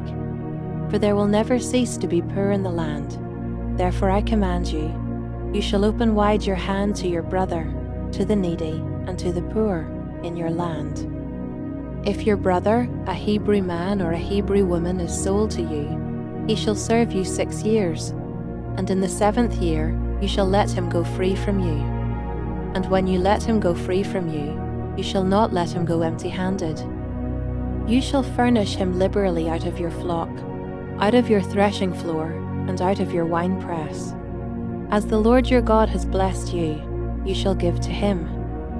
You shall remember that you were a slave in the land of Egypt, and the Lord your God redeemed you. Therefore I command you this today. But if he says to you, "I will not go out from you," because he loves you and your household, since he is well off with you, then you shall take an awl and put it through his ear into the door, and he shall be your slave forever. And to your female slave you shall do the same. It shall not seem hard to you when you let him go free from you, for at half the cost of a hired worker he has served you 6 years. So the Lord your God will bless you in all that you do. All the firstborn males that are born of your herd and flock you shall dedicate to the Lord your God. You shall do no work with the firstborn of your herd, nor shear the firstborn of your flock. You shall eat it, you and your household, before the Lord your God, year by year, at the place that the Lord will choose. But if it has any blemish, if it is lame or blind, or has any serious blemish whatever, you shall not sacrifice it to the Lord your God. You shall eat it within your towns. The unclean and the clean alike may eat it, as though it were a gazelle or a deer. Only you shall not eat its blood. You shall pour it out on the ground like water. Chapter 16. Observe the month of Abib, and keep the Passover to the Lord your God. For in the month of Abib, the Lord your God brought you out of Egypt by night. And you shall offer the Passover sacrifice to the Lord your God, from the flock or the herd, at the place that the Lord will choose, to make his name dwell there. You shall eat no leavened bread with it. 7 days you shall eat it with unleavened bread, the bread of affliction, for you came out of the land of Egypt in haste, that all the days of your life you may remember the day when you came out of the land of Egypt. No leaven shall be seen with you in all your territory for 7 days, nor shall any of the flesh that you sacrifice on the evening of the first day remain all night until morning. You may not offer the Passover sacrifice within any of your towns that the Lord your God is giving you, but at the place that the Lord your God will choose, to make his name dwell in it. There you shall offer the Passover sacrifice, in the evening, at sunset, at the time you came out of Egypt. And you shall cook it, and eat it at the place that the Lord your God will choose. And in the morning you shall turn and go to your tents. For 6 days you shall eat unleavened bread, and on the 7th day there shall be a solemn assembly to the Lord your God. You shall do no work on it. You shall count 7 weeks. Begin to count the 7 weeks from the time the sickle is first put to the standing grain. Then you shall keep the Feast of Weeks to the Lord your God, with the tribute of a freewill offering from your hand, which you shall give as the Lord your God blesses you. And you shall rejoice before the Lord your God, you and your son and your daughter, your male servant and your female servant, the Levite who is within your towns, the sojourner, the fatherless, and the widow who are among you, at the place that the Lord your God will choose, to make his name dwell there. You shall remember that you were a slave in Egypt, and you shall be careful to observe these statutes. You shall keep the Feast of Booths 7 days, when you have gathered in the produce from your threshing floor and your winepress. You shall rejoice in your feast, you and your son and your daughter, your male servant and your female servant, the Levite, the sojourner, the fatherless, and the widow who are within your towns. For 7 days you shall keep the feast to the Lord your God, at the place that the Lord will choose, because the Lord your God will bless you in all your produce, and in all the work of your hands, so that you will be altogether joyful. 3 times a year all your meals shall appear before the Lord your God, at the place that he will choose, at the Feast of Unleavened Bread, at the Feast of Weeks, and at the Feast of Booths. They shall not appear before the Lord empty-handed. Every man shall give as he is able, according to the blessing of the Lord your God that he has given you.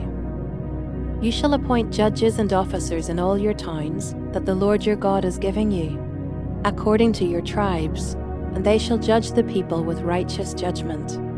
You shall not pervert justice, you shall not show partiality, and you shall not accept a bribe, for a bribe blinds the eyes of the wise and subverts the cause of the righteous. Justice, and only justice, you shall follow, that you may live and inherit the land that the Lord your God is giving you. You shall not plant any tree as an Asherah beside the altar of the Lord your God that you shall make, and you shall not set up a pillar, which the Lord your God hates. Chapter 17. You shall not sacrifice to the Lord your God an ox or a sheep in which is a blemish, any defect whatever, for that is an abomination to the Lord your God. If there is found among you, within any of your towns, that the Lord your God is giving you, a man or woman who does what is evil in the sight of the Lord your God, in transgressing his covenant, and has gone and served other gods and worshipped them, or the sun, or the moon, or any of the host of heaven, which I have forbidden, and it is told you and you hear of it, then you shall inquire diligently, and if it is true and certain that such an abomination has been done in Israel, then you shall bring out to your gates that man or woman who has done this evil thing, and you shall stone that man or woman to death with stones, On the evidence of 2 witnesses, or of 3 witnesses, the one who is to die shall be put to death. A person shall not be put to death on the evidence of 1 witness. The hand of the witnesses shall be first against him to put him to death, and afterward the hand of all the people. So you shall purge the evil from your midst. If any case arises, requiring decision between one kind of homicide and another, one kind of legal right and another, or one kind of assault and another, any case within your towns that is too difficult for you, then you shall arise and go up to the place that the Lord your God will choose. And you shall come to the Levitical priests and to the judge who is in office in those days, and you shall consult them, and they shall declare to you the decision. Then you shall do according to what they declare to you from that place that the Lord will choose. And you shall be careful to do according to all that they direct you, according to the instructions that they give you, and according to the decision which they pronounce to you, you shall do. You shall not turn aside from the verdict that they declare to you, either to the right hand or to the left. The man who acts presumptuously by not obeying the priest who stands to minister there before the Lord your God, or the judge, that man shall die. So you shall purge the evil from Israel, and all the people shall hear and fear, and not act presumptuously again. When you come to the land that the Lord your God is giving you, and you possess it, and dwell in it, and then say, I will set a king over me, like all the nations that are around me. You may indeed set a king over you, whom the Lord your God will choose. One from among your brothers you shall set as king over you. You may not put a foreigner over you, who is not your brother. Only he must not acquire many horses for himself, or cause the people to return to Egypt, in order to acquire many horses. Since the Lord has said to you, you shall never return that way again. And he shall not acquire many wives for himself, lest his heart turn away. Nor shall he acquire for himself excessive silver and gold. And when he sits on the throne of his kingdom, he shall write for himself in a book a copy of this law, approved by the Levitical priests. And it shall be with him, and he shall read in it all the days of his life, that he may learn to fear the Lord his God, by keeping all the words of this law and these statutes, and doing them, that his heart may not be lifted up above his brothers, and that he may not turn aside from the commandment, either to the right hand or to the left, so that he may continue long in his kingdom, he and his children, in Israel. Chapter 18. The Levitical priests, all the tribe of Levi, shall have no portion or inheritance with Israel. They shall eat the Lord's food offerings as their inheritance. They shall have no inheritance among their brothers. The Lord is their inheritance, as he promised them. And this shall be the priest's due from the people, from those offering a sacrifice, whether an ox or a sheep. They shall give to the priest the shoulder, and the 2 cheeks, and the stomach, the first fruits of your grain, of your wine, and of your oil, and the first fleece of your sheep you shall give him. For the Lord your God has chosen him out of all your tribes, to stand and minister in the name of the Lord, him and his sons, for all time. And if a Levite comes from any of your towns out of all Israel, where he lives, and he may come when he desires, to the place that the Lord will choose, and ministers in the name of the Lord his God, like all his fellow Levites who stand to minister there before the Lord, then he may have equal portions to eat, besides what he receives from the sale of his patrimony. When you come into the land that the Lord your God is giving you, you shall not learn to follow the abominable practices of those nations. There shall not be found among you anyone who burns his son or his daughter as an offering, anyone who practices divination, or tells fortunes, or interprets omens, or a sorcerer, or a charmer, or a medium, or a necromancer, or one who inquires of the dead. For whoever does these things is an abomination to the Lord.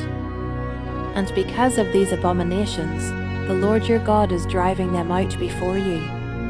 You shall be blameless before the Lord your God, for these nations, which you are about to dispossess, listen to fortune tellers and to diviners. But as for you, the Lord your God has not allowed you to do this. The Lord your God will raise up for you a prophet like me from among you, from your brothers.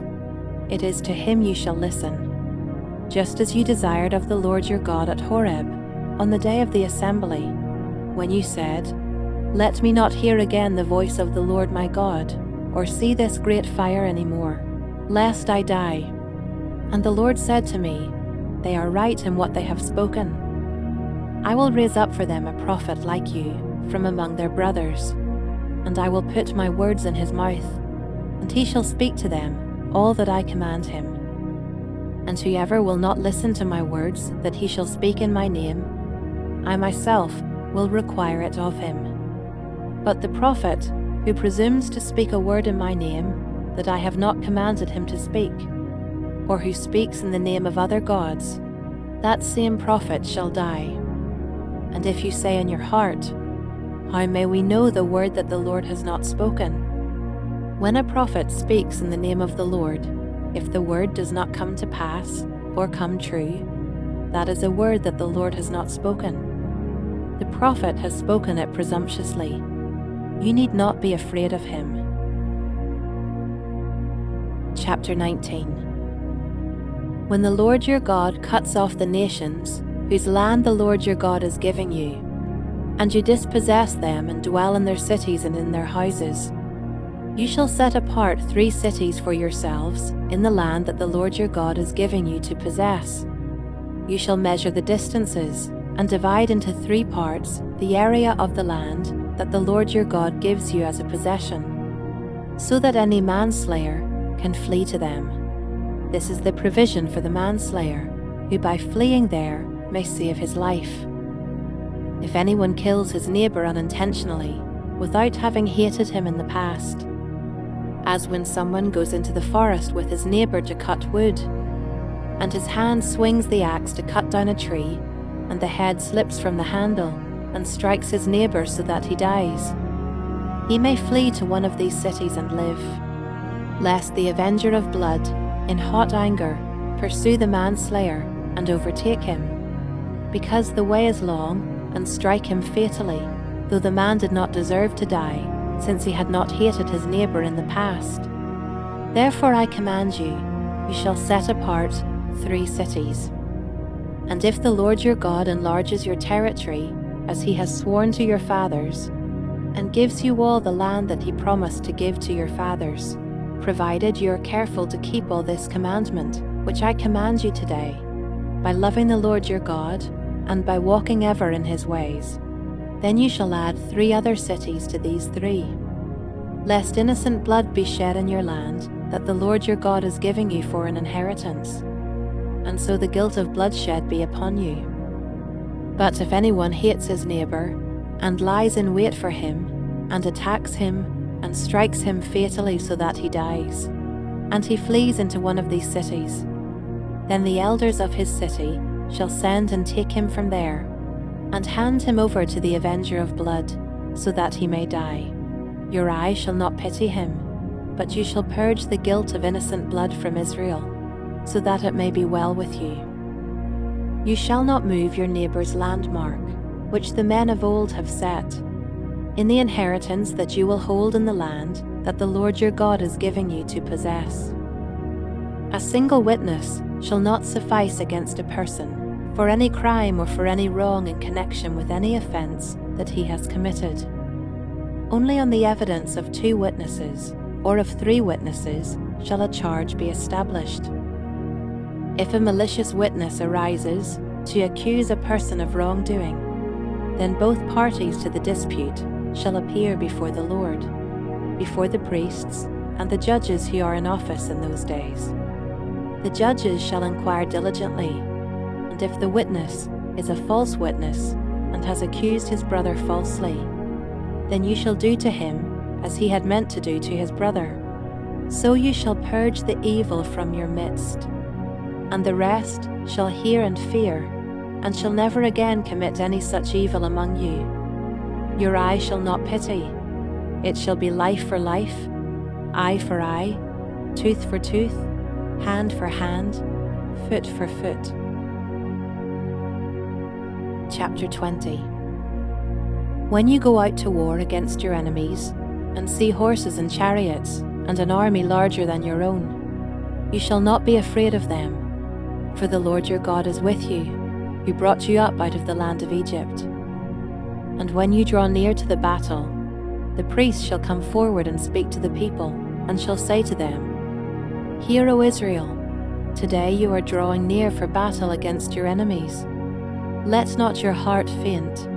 Do not fear or panic, or be in dread of them, for the Lord your God is he who goes with you to fight for you against your enemies, to give you the victory. Then the officers shall speak to the people, saying, Is there any man who has built a new house, and has not dedicated it? Let him go back to his house, lest he die in the battle, and another man dedicate it. And is there any man who has planted a vineyard, and has not enjoyed its fruit? Let him go back to his house, lest he die in the battle, and another man enjoy its fruit. And is there any man who has betrothed a wife, and has not taken her? Let him go back to his house, lest he die in the battle, and another man take her. And the officers shall speak further to the people and say, Is there any man who is fearful and faint-hearted? Let him go back to his house, lest he make the heart of his fellows melt like his own. And when the officers have finished speaking to the people, then commanders shall be appointed at the head of the people. When you draw near to a city to fight against it, offer terms of peace to it. And if it responds to you peaceably, and it opens to you, then all the people who are found in it shall do forced labor for you, and shall serve you. But if it makes no peace with you, but makes war against you, then you shall besiege it. And when the Lord your God gives it into your hand, you shall put all its meals to the sword. But the women and the little ones, the livestock, and everything else in the city, all its spoil, you shall take as plunder for yourselves. And you shall enjoy the spoil of your enemies, which the Lord your God has given you. Thus you shall do to all the cities that are very far from you, which are not cities of the nations here.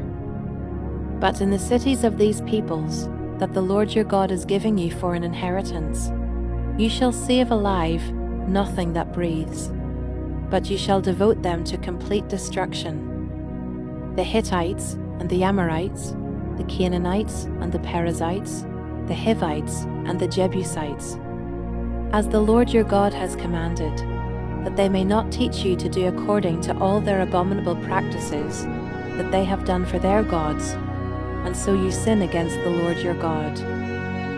When you besiege a city for a long time, making war against it in order to take it, you shall not destroy its trees by wielding an axe against them. You may eat from them, but you shall not cut them down. Are the trees in the field human, that they should be besieged by you? Only the trees that you know are not trees for food you may destroy and cut down, that you may build siege works against the city that makes war with you, until it falls. Chapter 21. If in the land that the Lord your God is giving you to possess, someone is found slain, lying in the open country, and it is not known who killed him, then your elders and your judges shall come out, and they shall measure the distance to the surrounding cities. And the elders of the city that is nearest to the slain man shall take a heifer that has never been worked, and that has not pulled in a yoke. And the elders of that city shall bring the heifer down to a valley with running water, which is neither ploughed nor sown, and shall break the heifer's neck there in the valley. Then the priests, the sons of Levi, shall come forward, for the Lord your God has chosen them to minister to him, and to bless in the name of the Lord. And by their word every dispute and every assault shall be settled. And all the elders of that city nearest to the slain man shall wash their hands over the heifer, whose neck was broken in the valley. And they shall testify, Our hands did not shed this blood, nor did our eyes see it shed. Accept atonement, O Lord, for your people Israel, whom you have redeemed, and do not set the guilt of innocent blood in the midst of your people Israel, so that their blood guilt be atoned for. So you shall purge the guilt of innocent blood from your midst, when you do what is right in the sight of the Lord. When you go out to war against your enemies, and the Lord your God gives them into your hand, and you take them captive, and you see among the captives a beautiful woman, and you desire to take her to be your wife, and you bring her home to your house, she shall shave her head and pare her nails, and she shall take off the clothes in which she was captured, and shall remain in your house, and lament her father and her mother a full month. After that you may go into her and be her husband, and she shall be your wife. But if you no longer delight in her, you shall let her go where she wants. But you shall not sell her for money, nor shall you treat her as a slave, since you have humiliated her.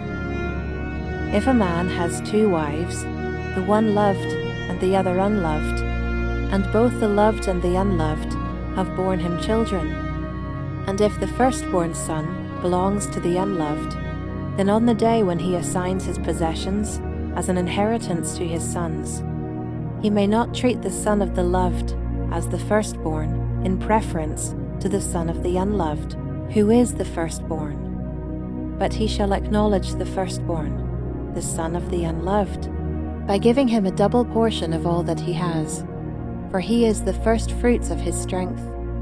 The right of the firstborn is his. If a man has a stubborn and rebellious son, who will not obey the voice of his father or the voice of his mother, and though they discipline him, will not listen to them, then his father and his mother shall take hold of him, and bring him out to the elders of his city, at the gate of the place where he lives. And they shall say to the elders of his city, This our son is stubborn and rebellious. He will not obey our voice. He is a glutton and a drunkard. Then all the men of the city shall stone him to death with stones. So you shall purge the evil from your midst, and all Israel shall hear and fear.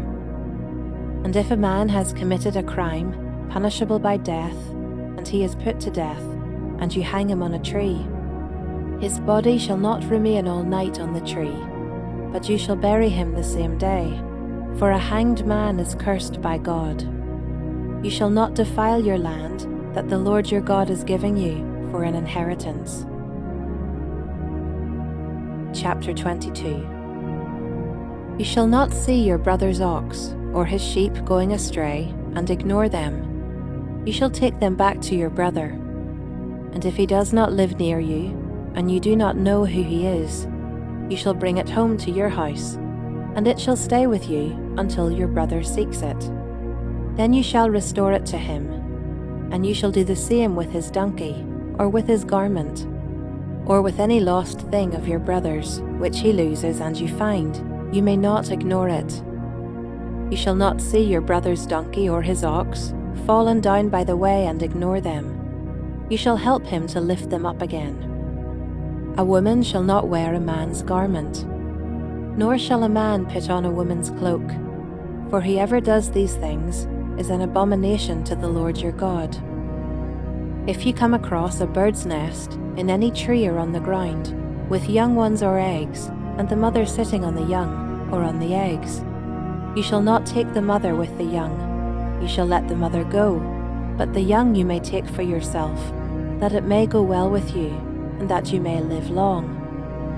When you build a new house, you shall make a parapet for your roof, that you may not bring the guilt of blood upon your house, if anyone should fall from it. You shall not sow your vineyard with 2 kinds of seed, lest the whole yield be forfeited, the crop that you have sown, and the yield of the vineyard. You shall not plough with an ox and a donkey together. You shall not wear cloth of wool and linen mixed together. You shall make yourself tassels on the four corners of the garment with which you cover yourself. If any man takes a wife and goes into her and then hates her and accuses her of misconduct and brings a bad name upon her, saying, I took this woman, and when I came near her, I did not find in her evidence of virginity, then the father of the young woman and her mother shall take and bring out the evidence of her virginity to the elders of the city in the gate. And the father of the young woman shall say to the elders, I gave my daughter to this man to marry, and he hates her. And behold, he has accused her of misconduct, saying, I did not find in your daughter evidence of virginity. And yet this is the evidence of my daughter's virginity. And they shall spread the cloak before the elders of the city. Then the elders of that city shall take the man and whip him, and they shall fine him 100 shekels of silver, and give them to the father of the young woman, because he has brought a bad name upon a virgin of Israel. And she shall be his wife. He may not divorce her all his days. But if the thing is true, that evidence of virginity was not found in the young woman, then they shall bring out the young woman to the door of her father's house. And the men of her city shall stone her to death with stones, because she has done an outrageous thing in Israel, by whoring in her father's house. So you shall purge the evil from your midst. If a man is found lying with the wife of another man, both of them shall die, the man who lay with the woman, and the woman. So you shall purge the evil from Israel.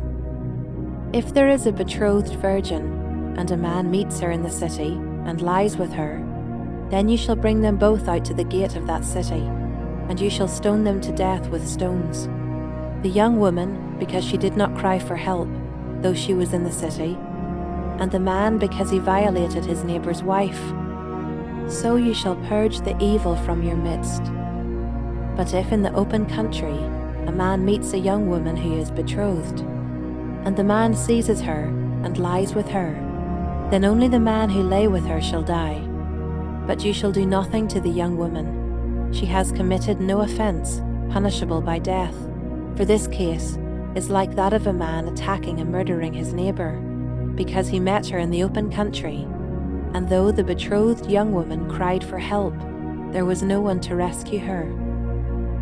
If a man meets a virgin who is not betrothed, and seizes her, and lies with her, and they are found, then the man who lay with her shall give to the father of the young woman 50 shekels of silver, and she shall be his wife, because he has violated her. He may not divorce her all his days. A man shall not take his father's wife, so that he does not uncover his father's nakedness. Chapter 23. No one whose testicles are crushed, or whose male organ is cut off, shall enter the assembly of the Lord. No one born of a forbidden union may enter the assembly of the Lord, even to the 10th generation. None of his descendants may enter the assembly of the Lord. No Ammonite or Moabite may enter the assembly of the Lord, even to the 10th generation. None of them may enter the assembly of the Lord forever, because they did not meet you with bread and with water on the way, when you came out of Egypt, and because they hired against you Balaam the son of Beor from Pethor of Mesopotamia to curse you. But the Lord your God would not listen to Balaam. Instead, the Lord your God turned the curse into a blessing for you, because the Lord your God loved you. You shall not seek their peace or their prosperity all your days forever. You shall not abhor an Edomite, for he is your brother. You shall not abhor an Egyptian, because you were a sojourner in his land. Children born to them in the 3rd generation may enter the assembly of the Lord. When you are encamped against your enemies, then you shall keep yourself from every evil thing. If any man among you becomes unclean because of a nocturnal emission, Then he shall go outside the camp. He shall not come inside the camp. But when evening comes, he shall bathe himself in water, and as the sun sets, he may come inside the camp. You shall have a place outside the camp, and you shall go out to it. And you shall have a trowel with your tools, and when you sit down outside, you shall dig a hole with it, and turn back, and cover up your excrement. Because the Lord your God walks in the midst of your camp, to deliver you, and to give up your enemies before you. Therefore your camp must be holy, so that he may not see anything indecent among you, and turn away from you. You shall not give up to his master a slave who has escaped from his master to you. He shall dwell with you in your midst, in the place that he shall choose within one of your towns, wherever it suits him. You shall not wrong him. None of the daughters of Israel shall be a cult prostitute, and none of the sons of Israel shall be a cult prostitute. You shall not bring the fee of a prostitute or the wages of a dog into the house of the Lord your God in payment for any vow, for both of these are an abomination to the Lord your God. You shall not charge interest on loans to your brother, interest on money, interest on food, interest on anything that is lent for interest. You may charge a foreigner interest, but you may not charge your brother interest, that the Lord your God may bless you in all that you undertake in the land that you are entering, to take possession of it. If you make a vow to the Lord your God, you shall not delay fulfilling it, for the Lord your God will surely require it of you, and you will be guilty of sin. But if you refrain from vowing, you will not be guilty of sin. You shall be careful to do what has passed your lips, for you have voluntarily vowed to the Lord your God what you have promised with your mouth. If you go into your neighbor's vineyard, you may eat your fill of grapes, as many as you wish, but you shall not put any in your bag. If you go into your neighbor's standing grain, you may pluck the ears with your hand, but you shall not put a sickle to your neighbor's standing grain. Chapter 24. When a man takes a wife and marries her, if then she finds no favor in his eyes, because he has found some indecency in her, and he writes her a certificate of divorce, and puts it in her hand, and sends her out of his house, and she departs out of his house, and if she goes and becomes another man's wife, and the latter man hates her, and writes her a certificate of divorce, and puts it in her hand, and sends her out of his house, or if the latter man dies, who took her to be his wife, then her former husband, who sent her away, may not take her again to be his wife, after she has been defiled, for that is an abomination before the Lord. And you shall not bring sin upon the land that the Lord your God is giving you for an inheritance. When a man is newly married, he shall not go out with the army, or be liable for any other public duty. He shall be free at home 1 year to be happy with his wife, whom he has taken. No one shall take a mill or an upper millstone in pledge, for that would be taking a life in pledge. If a man is found stealing one of his brothers of the people of Israel, and if he treats him as a slave or sells him, then that thief shall die. So you shall purge the evil from your midst. Take care, in a case of leprous disease, to be very careful to do according to all that the Levitical priests shall direct you. As I commanded them, so you shall be careful to do. Remember what the Lord your God did to Miriam on the way as you came out of Egypt. When you make your neighbor a loan of any sort, you shall not go into his house to collect his pledge. You shall stand outside, and the man to whom you make the loan shall bring the pledge out to you. And if he is a poor man, you shall not sleep in his pledge. You shall restore to him the pledge as the sun sets, that he may sleep in his cloak and bless you. And it shall be righteousness for you before the Lord your God.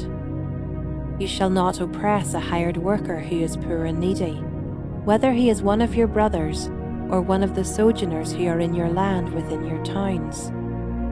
You shall give him his wages on the same day, before the sun sets, for he is poor and counts on it, lest he cry against you to the Lord, and you be guilty of sin. Fathers shall not be put to death because of their children, nor shall children be put to death because of their fathers.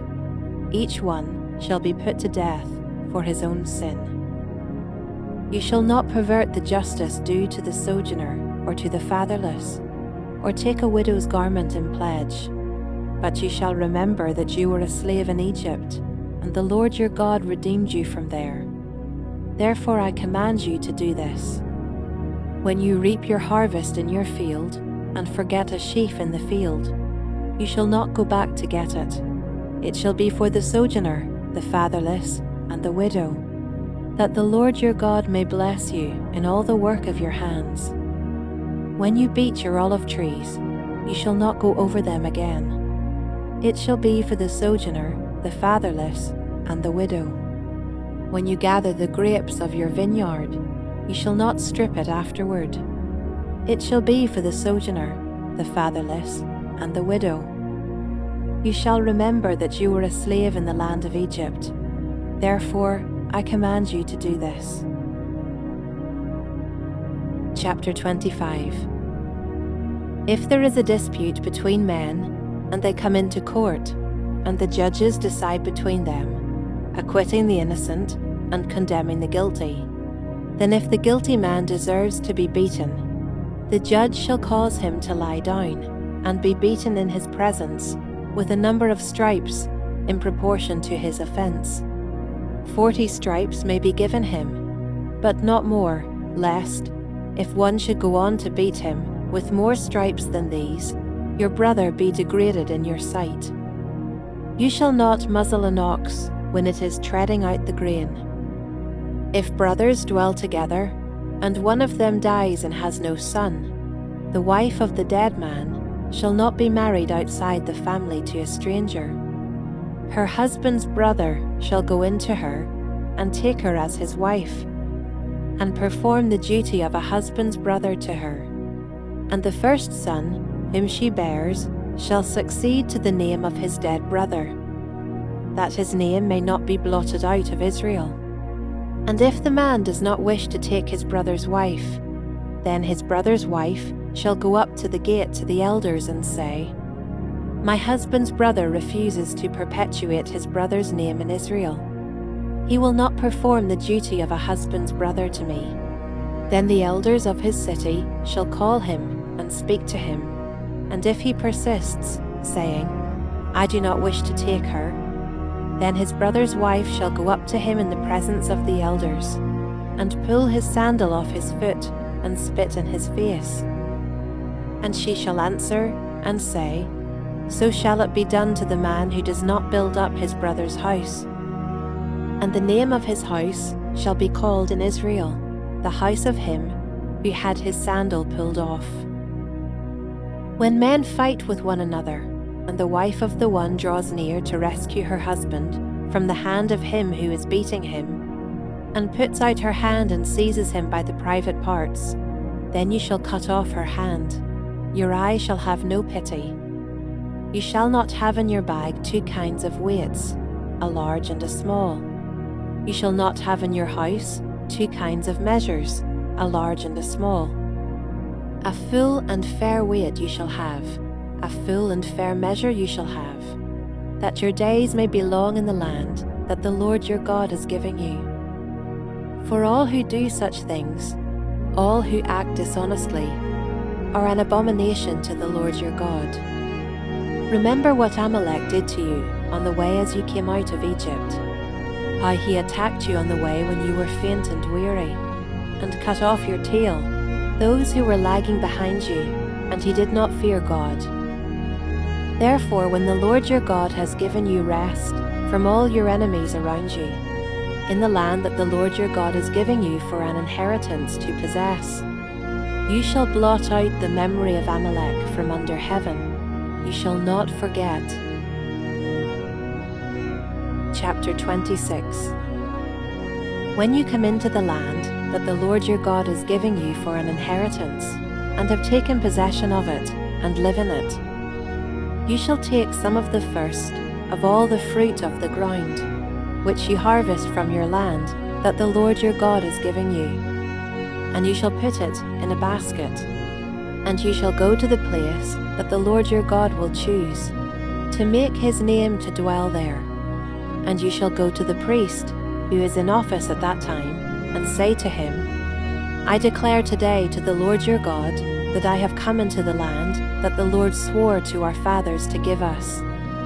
Then the priest shall take the basket from your hand, and set it down before the altar of the Lord your God. And you shall make response before the Lord your God. A wandering Aramean was my father, and he went down into Egypt and sojourned there, few in number, and there he became a nation, great, mighty, and populous. And the Egyptians treated us harshly, and humiliated us, and laid on us hard labor. Then we cried to the Lord, the God of our fathers, and the Lord heard our voice, and saw our affliction, our toil, and our oppression. And the Lord brought us out of Egypt with a mighty hand and an outstretched arm, with great deeds of terror, with signs and wonders. And he brought us into this place, and gave us this land, a land flowing with milk and honey. And behold, now I bring the first of the fruit of the ground, which you, O Lord, have given me. And you shall set it down before the Lord your God, and worship before the Lord your God. And you shall rejoice in all the good that the Lord your God has given to you, and to your house, you, and the Levite, and the sojourner who is among you.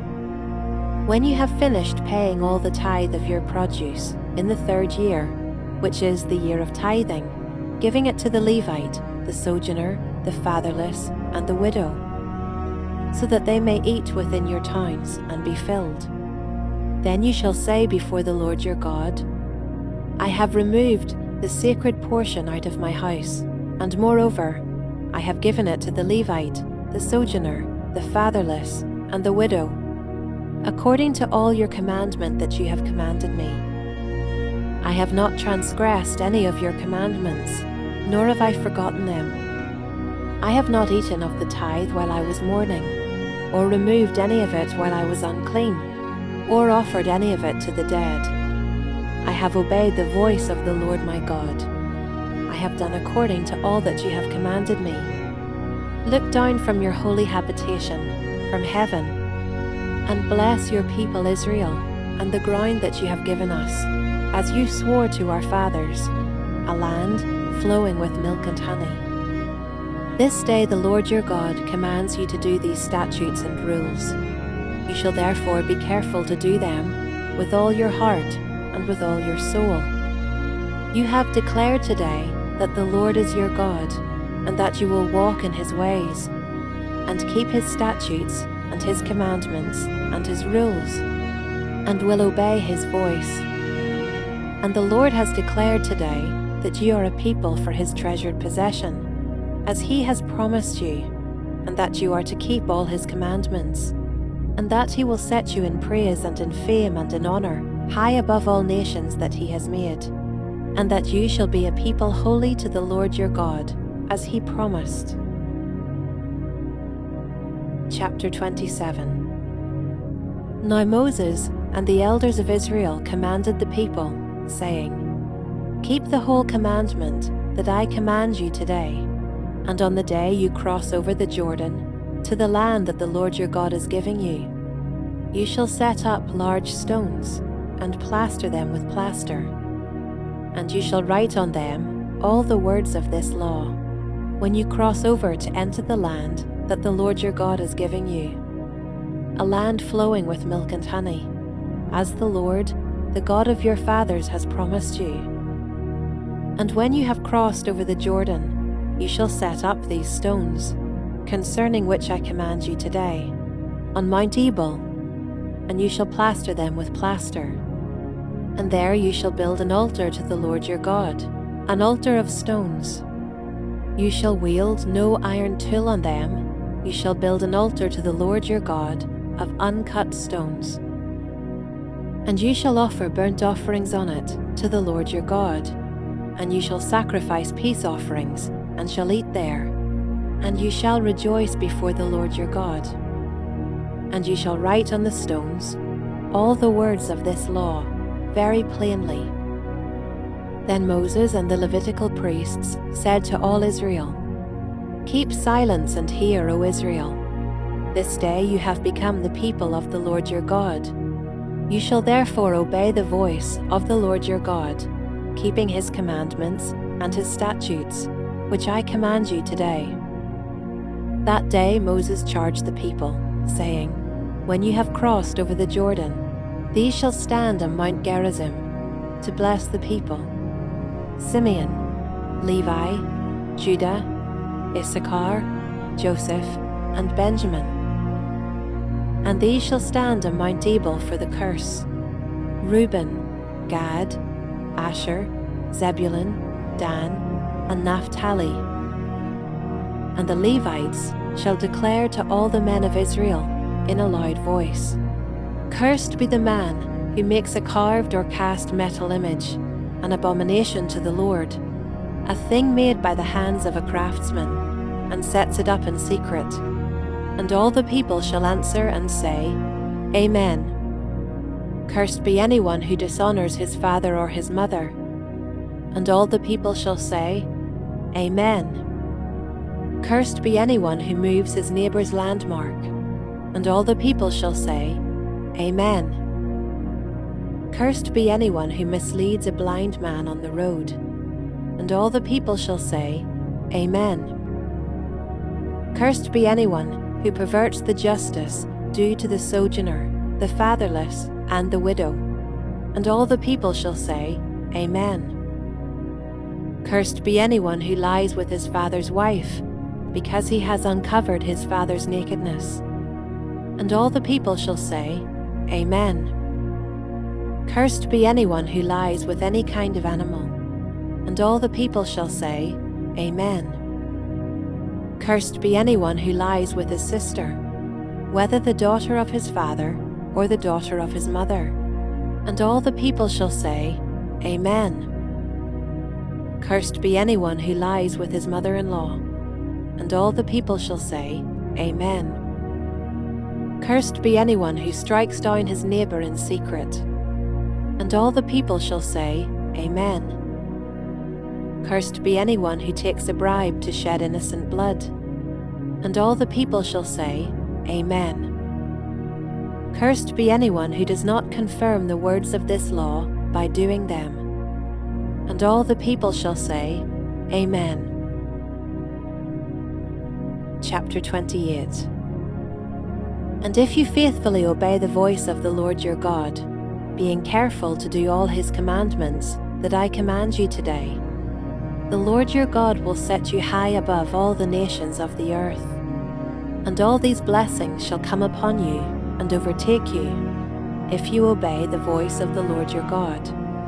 Blessed shall you be in the city, and blessed shall you be in the field. Blessed shall be the fruit of your womb, and the fruit of your ground, and the fruit of your cattle, the increase of your herds and the young of your flock. Blessed shall be your basket and your kneading bowl. Blessed shall you be when you come in, and blessed shall you be when you go out. The Lord will cause your enemies who rise against you to be defeated before you. They shall come out against you one way, and flee before you 7 ways. The Lord will command the blessing on you in your barns, and in all that you undertake. And he will bless you in the land that the Lord your God is giving you. The Lord will establish you as a people holy to himself, as he has sworn to you, if you keep the commandments of the Lord your God and walk in his ways. And all the peoples of the earth shall see that you are called by the name of the Lord, and they shall be afraid of you. And the Lord will make you abound in prosperity, in the fruit of your womb, and in the fruit of your livestock, and in the fruit of your ground, within the land that the Lord swore to your fathers to give you. The Lord will open to you his good treasury, the heavens, to give the rain to your land in its season, and to bless all the work of your hands. And you shall lend to many nations, but you shall not borrow. And the Lord will make you the head, and not the tail, and you shall only go up, and not down, if you obey the commandments of the Lord your God, which I command you today, being careful to do them. And if you do not turn aside from any of the words that I command you today, to the right hand or to the left, to go after other gods to serve them. But if you will not obey the voice of the Lord your God, or be careful to do all his commandments and his statutes that I command you today, then all these curses shall come upon you and overtake you. Cursed shall you be in the city, and cursed shall you be in the field. Cursed shall be your basket and your kneading bowl. Cursed shall be the fruit of your womb, and the fruit of your ground, the increase of your herds, and the young of your flock. Cursed shall you be when you come in, and cursed shall you be when you go out. The Lord will send on you curses, confusion, and frustration in all that you undertake to do, until you are destroyed and perish quickly, on account of the evil of your deeds, because you have forsaken me. The Lord will make the pestilence stick to you, until he has consumed you off the land that you are entering to take possession of it. The Lord will strike you with wasting disease and with fever, inflammation and fiery heat, and with drought, and with blight, and with mildew. They shall pursue you until you perish. And the heavens over your head shall be bronze, and the earth under you shall be iron. The Lord will make the rain of your land powder. From heaven dust shall come down on you until you are destroyed. The Lord will cause you to be defeated before your enemies. You shall go out one way against them, and flee 7 ways before them, and you shall be a horror to all the kingdoms of the earth. And your dead body shall be food for all birds of the air, and for the beasts of the earth, and there shall be no one to frighten them away.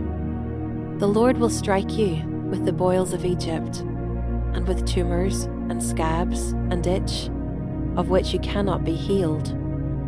The Lord will strike you with madness and blindness, and confusion of mind, and you shall grope at noonday, as the blind grope in darkness, and you shall not prosper in your ways. And you shall be only oppressed and robbed continually, and there shall be no one to help you. You shall betroth a wife, but another man shall ravish her. You shall build a house, but you shall not dwell in it. You shall plant a vineyard, but you shall not enjoy its fruit. Your ox shall be slaughtered before your eyes, but you shall not eat any of it. Your donkey shall be seized before your face, but shall not be restored to you. Your sheep shall be given to your enemies, but there shall be no one to help you. Your sons and your daughters shall be given to another people, while your eyes look on and feel with longing for them all day long, but you shall be helpless. A nation that you have not known shall eat up the fruit of your ground and of all your labours, and you shall be only oppressed and crushed continually, so that you are driven mad by the sights that your eyes see. The Lord will strike you on the knees and on the legs with grievous boils of which you cannot be healed, from the sole of your foot to the crown of your head. The Lord will bring you and your king, whom you set over you, to a nation that neither you nor your fathers have known. And there you shall serve other gods of wood and stone, and you shall become a horror, a proverb, and a byword among all the peoples where the Lord will lead you away. You shall carry much seed into the field, and shall gather in little, for the locust shall consume it. You shall plant vineyards and dress them, but you shall neither drink of the wine nor gather the grapes, for the worm shall eat them. You shall have olive trees throughout all your territory, but you shall not anoint yourself with the oil, for your olives shall drop off. You shall father sons and daughters, but they shall not be yours, for they shall go into captivity. The cricket shall possess all your trees, and the fruit of your ground. The sojourner who is among you shall rise higher and higher above you, and you shall come down lower and lower. He shall lend to you, and you shall not lend to him. He shall be the head, and you shall be the tail. All these curses shall come upon you, and pursue you, and overtake you till you are destroyed, because you did not obey the voice of the Lord your God, to keep his commandments and his statutes that he commanded you. They shall be a sign and a wonder against you and your offspring forever, because you did not serve the Lord your God with joyfulness and gladness of heart, because of the abundance of all things. Therefore you shall serve your enemies, whom the Lord will send against you, in hunger and thirst, in nakedness and lacking everything. And he will put a yoke of iron on your neck until he has destroyed you. The Lord will bring a nation against you from far away, from the end of the earth, swooping down like the eagle, a nation whose language you do not understand, a hard-faced nation who shall not respect the old or show mercy to the young. It shall eat the offspring of your cattle and the fruit of your ground until you are destroyed. It also shall not leave you grain, wine, or oil, the increase of your herds, or the young of your flock, until they have caused you to perish. They shall besiege you in all your towns, until your high and fortified walls, in which you trusted, come down throughout all your land. And they shall besiege you in all your towns throughout all your land, which the Lord your God has given you. And you shall eat the fruit of your womb, the flesh of your sons and daughters, whom the Lord your God has given you, in the siege and in the distress with which your enemies shall distress you. The man who is the most tender and refined among you will begrudge food to his brother, to the wife he embraces, and to the last of the children whom he has left, so that he will not give to any of them any of the flesh of his children whom he is eating, because he has nothing else left. In the siege and in the distress with which your enemy shall distress you in all your towns. The most tender and refined woman among you, who would not venture to set the sole of her foot on the ground because she is so delicate and tender, will begrudge to the husband she embraces, to her son and to her daughter, her afterbirth that comes out from between her feet, and her children whom she bears, because lacking everything, she will eat them secretly. In the siege and in the distress with which your enemy shall distress you in your towns.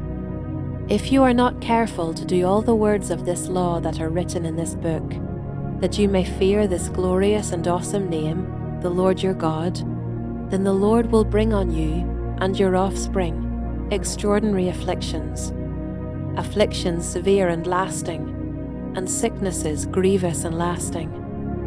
And he will bring upon you again all the diseases of Egypt, of which you were afraid, and they shall cling to you.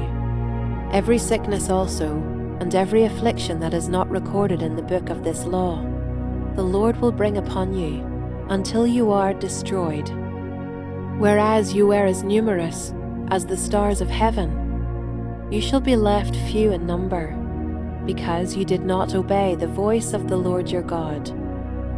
And as the Lord took delight in doing you good and multiplying you, so the Lord will take delight in bringing ruin upon you and destroying you.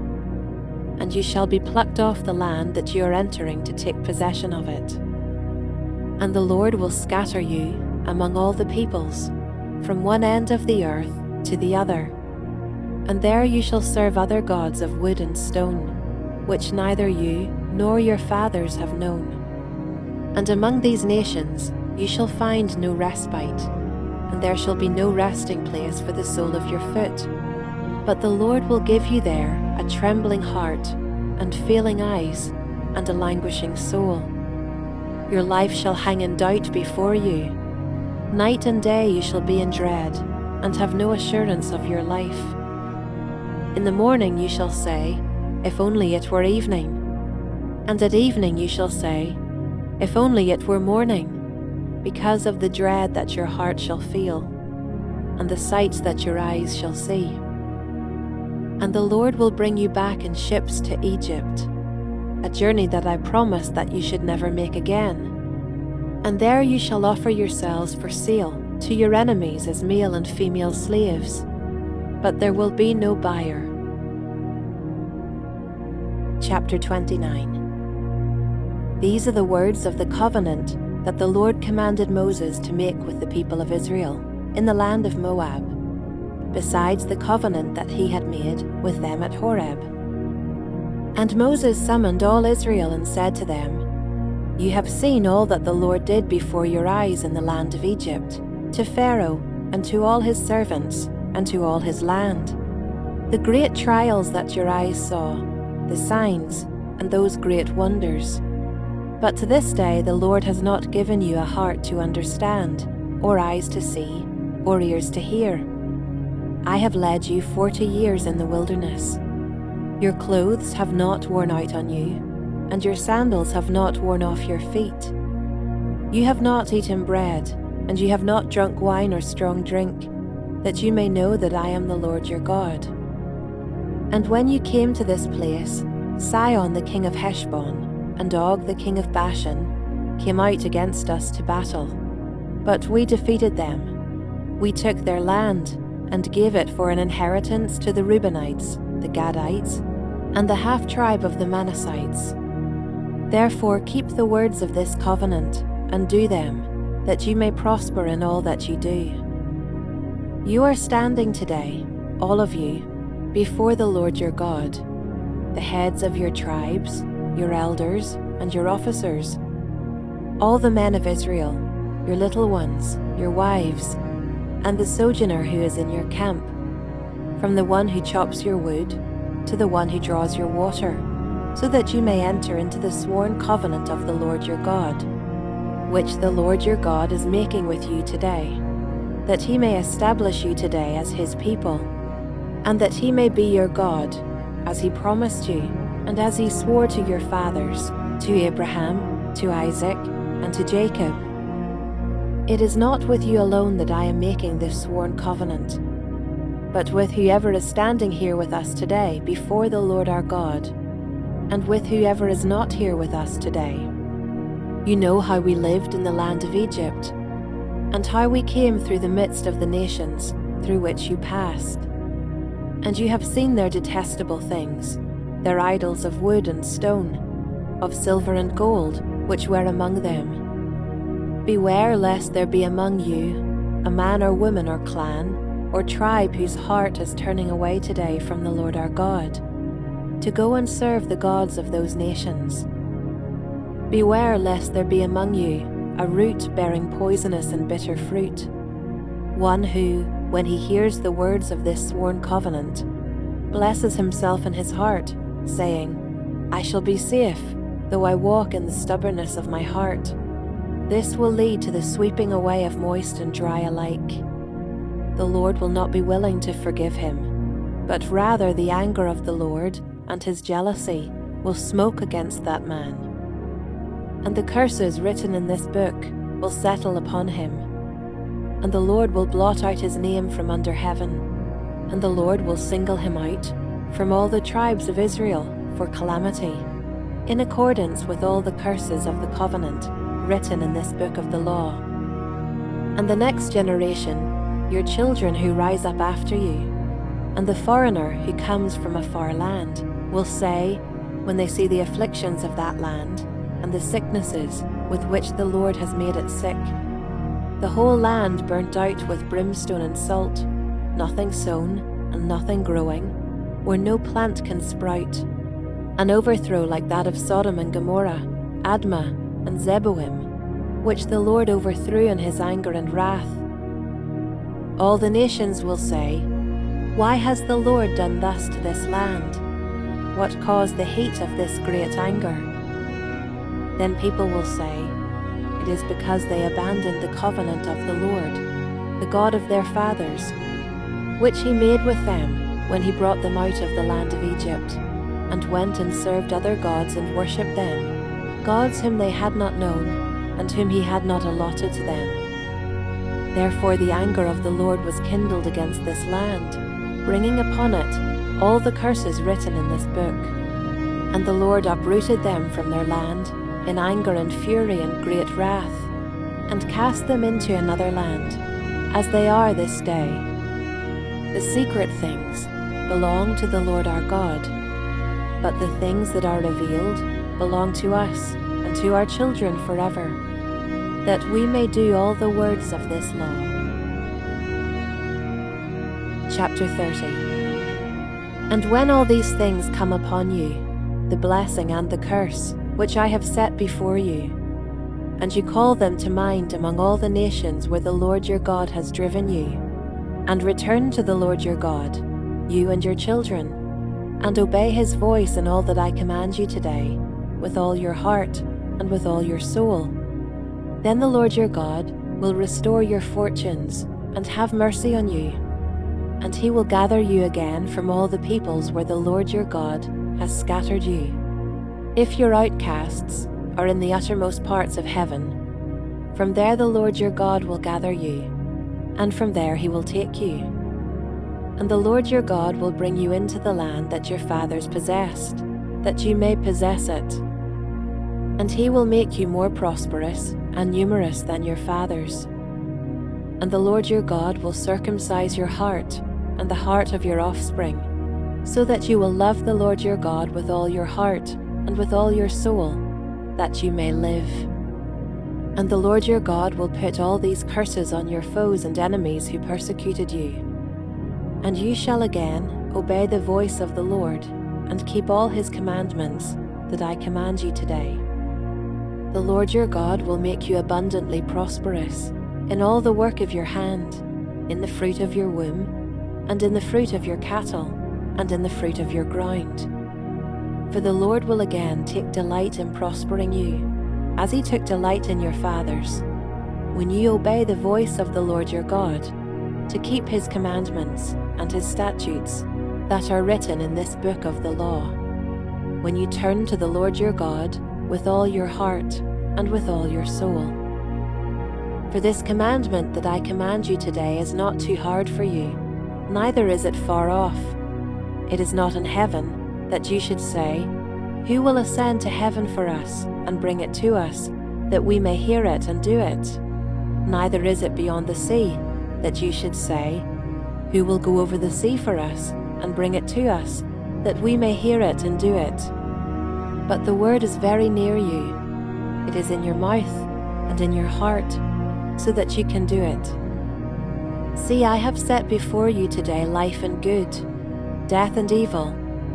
If you obey the commandments of the Lord your God that I command you today, by loving the Lord your God, by walking in his ways, and by keeping his commandments and his statutes and his rules, then you shall live and multiply, and the Lord your God will bless you in the land that you are entering to take possession of it. But if your heart turns away, and you will not hear, but are drawn away to worship other gods and serve them, I declare to you today that you shall surely perish.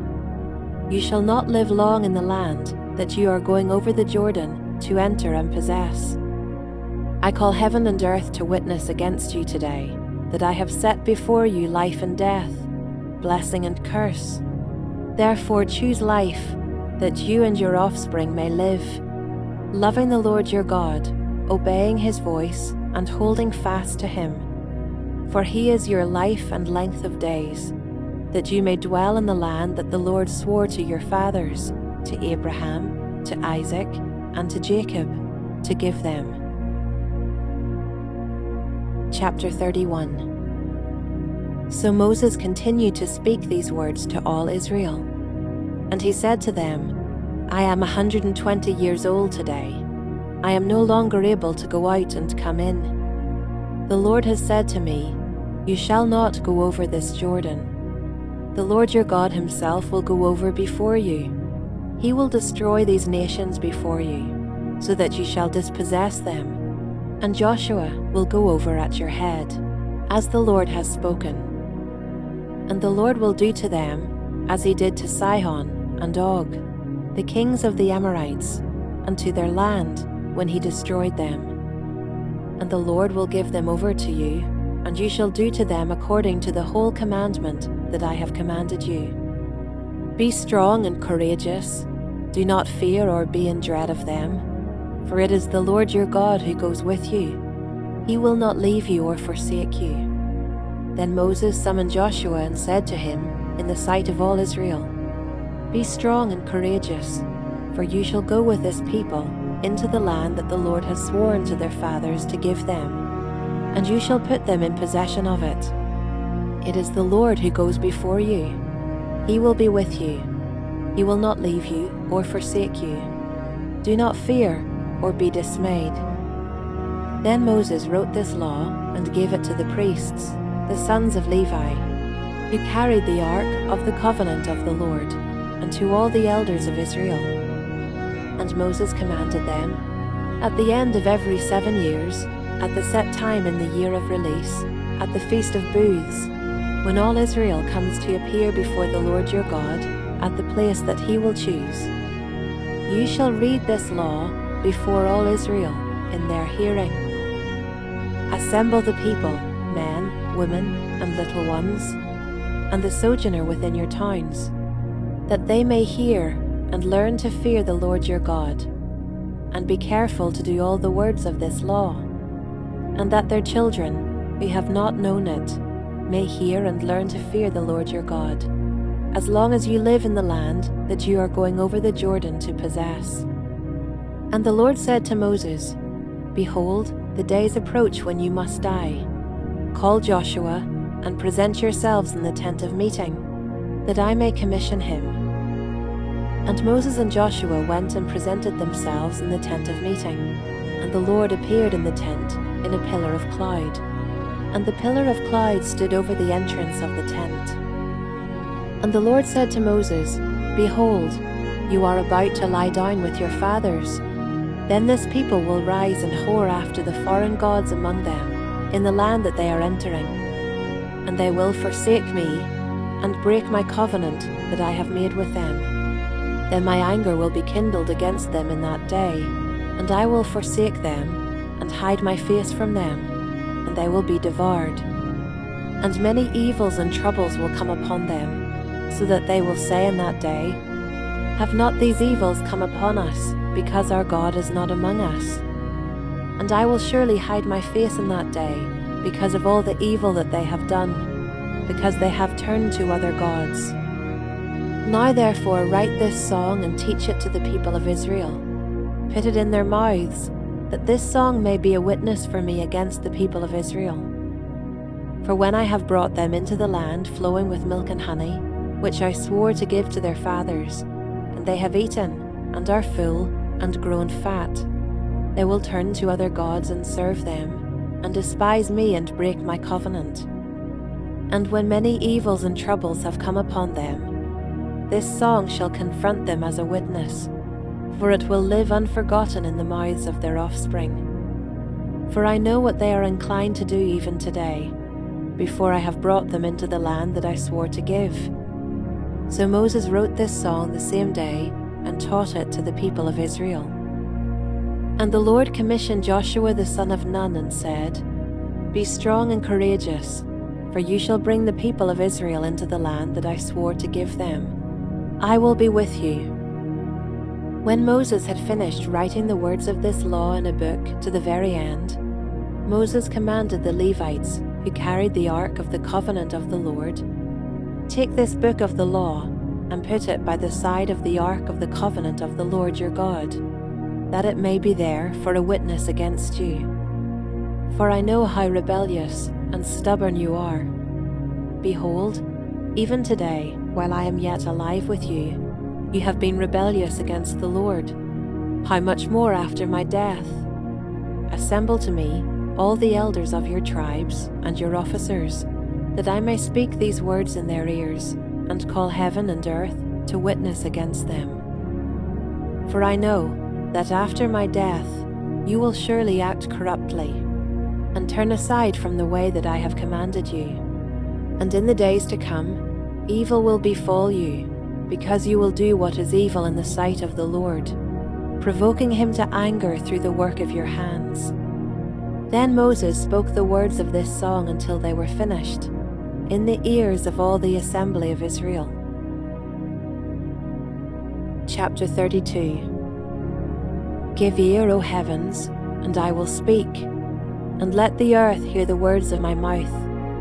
May my teaching drop as the rain, my speech distill as the dew, like gentle rain upon the tender grass, and like showers upon the herb.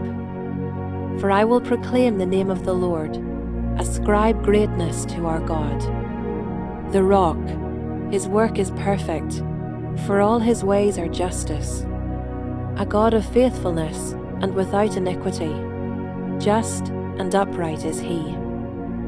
They have dealt corruptly with him. They are no longer his children, because they are blemished.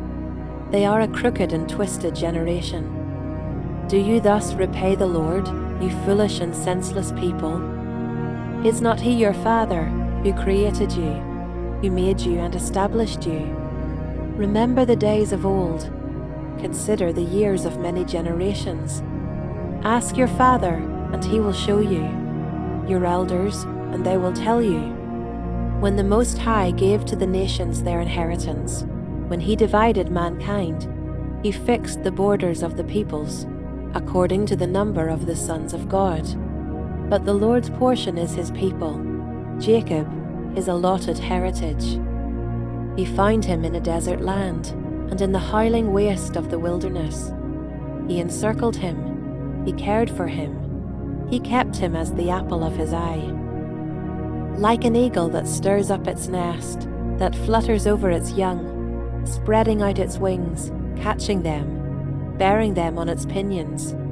The Lord alone guided him, no foreign god was with him. He made him ride on the high places of the land, and he ate the produce of the field, and he suckled him with honey out of the rock, and oil out of the flinty rock, curds from the herd, and milk from the flock, with fat of lambs, rams of Bashan and goats, with the very finest of the wheat.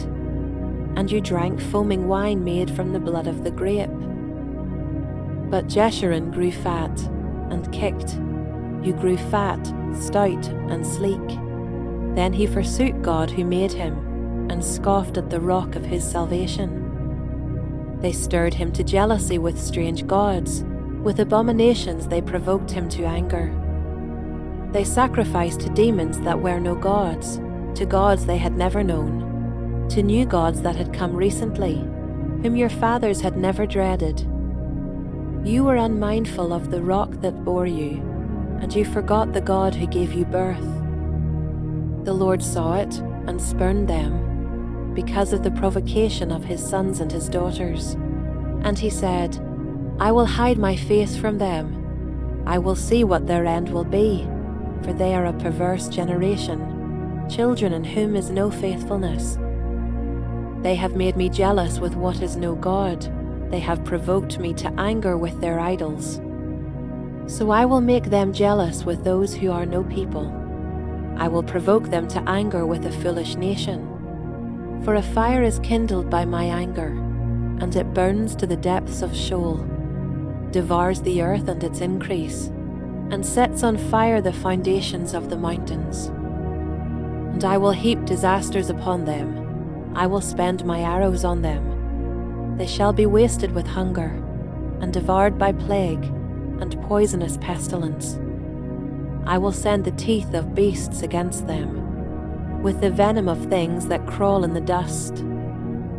Outdoors the sword shall bereave, and indoors terror, for young men and women alike, the nursing child with the man of grey hairs.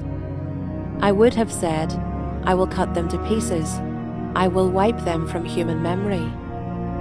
Had I not feared provocation by the enemy, lest their adversaries should misunderstand, lest they should say, Our hand is triumphant, it was not the Lord who did all this. For they are a nation void of counsel, and there is no understanding in them. If they were wise, they would understand this. they would discern their latter end. How could one have chased 1,000, and two have put 10,000 to flight, unless their rock had sold them, and the Lord had given them up? For their rock is not as our rock. Our enemies are by themselves, for their vine comes from the vine of Sodom, and from the fields of Gomorrah. Their grapes are grapes of poison, their clusters are bitter. Their wine is the poison of serpents, and the cruel venom of asps. Is not this laid up in store with me, sealed up in my treasuries? Vengeance is mine, and recompense, for the time when their foot shall slip. For the day of their calamity is at hand, and their doom comes swiftly. For the Lord will vindicate his people, and have compassion on his servants, when he sees that their power is gone, and there is none remaining, bond or free. Then he will say, Where are their gods, the rock in which they took refuge, who ate the fat of their sacrifices, and drank the wine of their drink offering? Let them rise up and help you, let them be your protection. See now that I, even I, am he, and there is no God beside me. I kill, and I make alive. I wound, and I heal, and there is none that can deliver out of my hand. For I lift up my hand to heaven and swear, as I live forever, if I sharpen my flashing sword and my hand takes hold on judgment, I will take vengeance on my adversaries, and will repay those who hate me. I will make my arrows drunk with blood, and my sword shall devour flesh, with the blood of the slain and the captives, from the long-haired heads of the enemy. Rejoice with him, O heavens, bow down to him, all gods, for he avenges the blood of his children, and takes vengeance on his adversaries. He repays those who hate him, and cleanses his people's land. Moses came and recited all the words of this song in the hearing of the people, he and Joshua the son of Nun. And when Moses had finished speaking all these words to all Israel, he said to them, Take to heart all the words by which I am warning you today, that you may command them to your children, that they may be careful to do all the words of this law. For it is no empty word for you, but your very life. And by this word you shall live long in the land that you are going over the Jordan to possess. That very day the Lord spoke to Moses, Go up this mountain of the Abarim, Mount Nebo, which is in the land of Moab, opposite Jericho, and view the land of Canaan, which I am giving to the people of Israel for a possession. And die on the mountain which you go up, and be gathered to your people, as Aaron your brother died in Mount Hor, and was gathered to his people, because you broke faith with me in the midst of the people of Israel, at the waters of Meribah Kadesh, in the wilderness of Zin, and because you did not treat me as holy in the midst of the people of Israel. For you shall see the land before you, but you shall not go there, into the land that I am giving to the people of Israel. Chapter 33. This is the blessing with which Moses, the man of God, blessed the people of Israel before his death. He said, The Lord came from Sinai and dawned from Seir upon us. He shone forth from Mount Paran. He came from the 10,000s of holy ones, with flaming fire at his right hand. Yes, he loved his people. All his holy ones were in his hand. So they followed in your steps, receiving direction from you, when Moses commanded us a law, as a possession for the assembly of Jacob. Thus the Lord became king in Jeshurun, when the heads of the people were gathered, all the tribes of Israel together. Let Reuben live, and not die, but let his men be few. And this he said of Judah, Hear, O Lord, the voice of Judah, and bring him in to his people. With your hands contend for him, and be a help against his adversaries. And of Levi he said, Give to Levi your Thummim, and your Urim to your godly one, whom you tested at Massah, with whom you quarreled at the waters of Meribah, who said of his father and mother, I regard them not. He disowned his brothers and ignored his children, for they observed your word and kept your covenant. They shall teach Jacob your rules and Israel your law. They shall put incense before you and whole burnt offerings on your altar. Bless, O Lord, his substance, and accept the work of his hands. Crush the loins of his adversaries, of those who hate him, that they rise not again. Of Benjamin he said, the beloved of the Lord dwells in safety.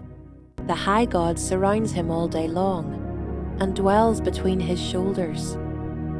And of Joseph he said, blessed by the Lord be his land, with the choicest gifts of heaven above, and of the deep that crouches beneath, with the choicest fruits of the sun, and the rich yield of the months, with the finest produce of the ancient mountains, and the abundance of the everlasting hills, with the best gifts of the earth, and its fullness, and the favour of him who dwells in the bush.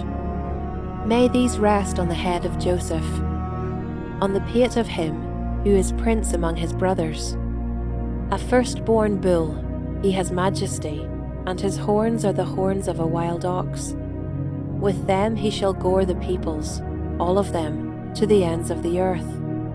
They are the 10,000s of Ephraim, and they are the thousands of Manasseh. And of Zebulun he said, rejoice, Zebulun, in your going out, and Issachar in your tents. They shall call peoples to their mountain, where they offer ripe sacrifices, for they draw from the abundance of the seas, and the hidden treasures of the sand. And of Gad he said, blessed be he who enlarges Gad. Gad crouches like a lion, he tears off arm and scalp. He chose the best of the land for himself, for there a commander's portion was reserved. And he came with the heads of the people. With Israel he executed the justice of the Lord, and his judgments for Israel. And of Dan he said, Dan is a lion's cub that leaps from Bashan. And of Naphtali he said, O Naphtali, sated with favour, and full of the blessing of the Lord, possess the lake and the south. And of Asher he said, most blessed of sons be Asher. Let him be the favourite of his brothers, and let him dip his foot in oil. Your bars shall be iron and bronze, and as your days, so shall your strength be. There is none like God, O Jeshurun, who rides through the heavens to your help, through the skies in his majesty. The eternal God is your dwelling place, and underneath are the everlasting arms. And he thrust out the enemy before you, and said, destroy. So Israel lived in safety, Jacob lived alone, in a land of grain and wine, whose heavens dropped down dew. Happy are you, O Israel! Who is like you, a people saved by the Lord? The shield of your help, and the sword of your triumph. Your enemies shall come fawning to you, and you shall tread upon their backs. Chapter 34. Then Moses went up from the plains of Moab to Mount Nebo, to the top of Pisgah, which is opposite Jericho. And the Lord showed him all the land, Gilead as far as Dan, all Naphtali, the land of Ephraim and Manasseh, all the land of Judah as far as the western sea, the Negeb, and the plain, that is, the valley of Jericho, the city of palm trees, as far as Zoar. And the Lord said to him, this is the land of which I swore to Abraham, to Isaac, and to Jacob. I will give it to your offspring. I have let you see it with your eyes, but you shall not go over there. So Moses, the servant of the Lord, died there in the land of Moab, according to the word of the Lord. And he buried him in the valley in the land of Moab, opposite Beth Peor. But no one knows the place of his burial to this day. Moses was 120 years old when he died. His eye was undimmed, and his vigor unabated. And the people of Israel wept for Moses in the plains of Moab 30 days. Then the days of weeping and mourning for Moses were ended. And Joshua the son of Nun was full of the spirit of wisdom, for Moses had laid his hands on him. So the people of Israel obeyed him, and did as the Lord had commanded Moses. And there has not arisen a prophet since in Israel, like Moses, whom the Lord knew face to face. None like him for all the signs and the wonders that the Lord sent him to do in the land of Egypt, to Pharaoh, and to all his servants, and to all his land, and for all the mighty power and all the great deeds of terror that Moses did in the sight of all Israel.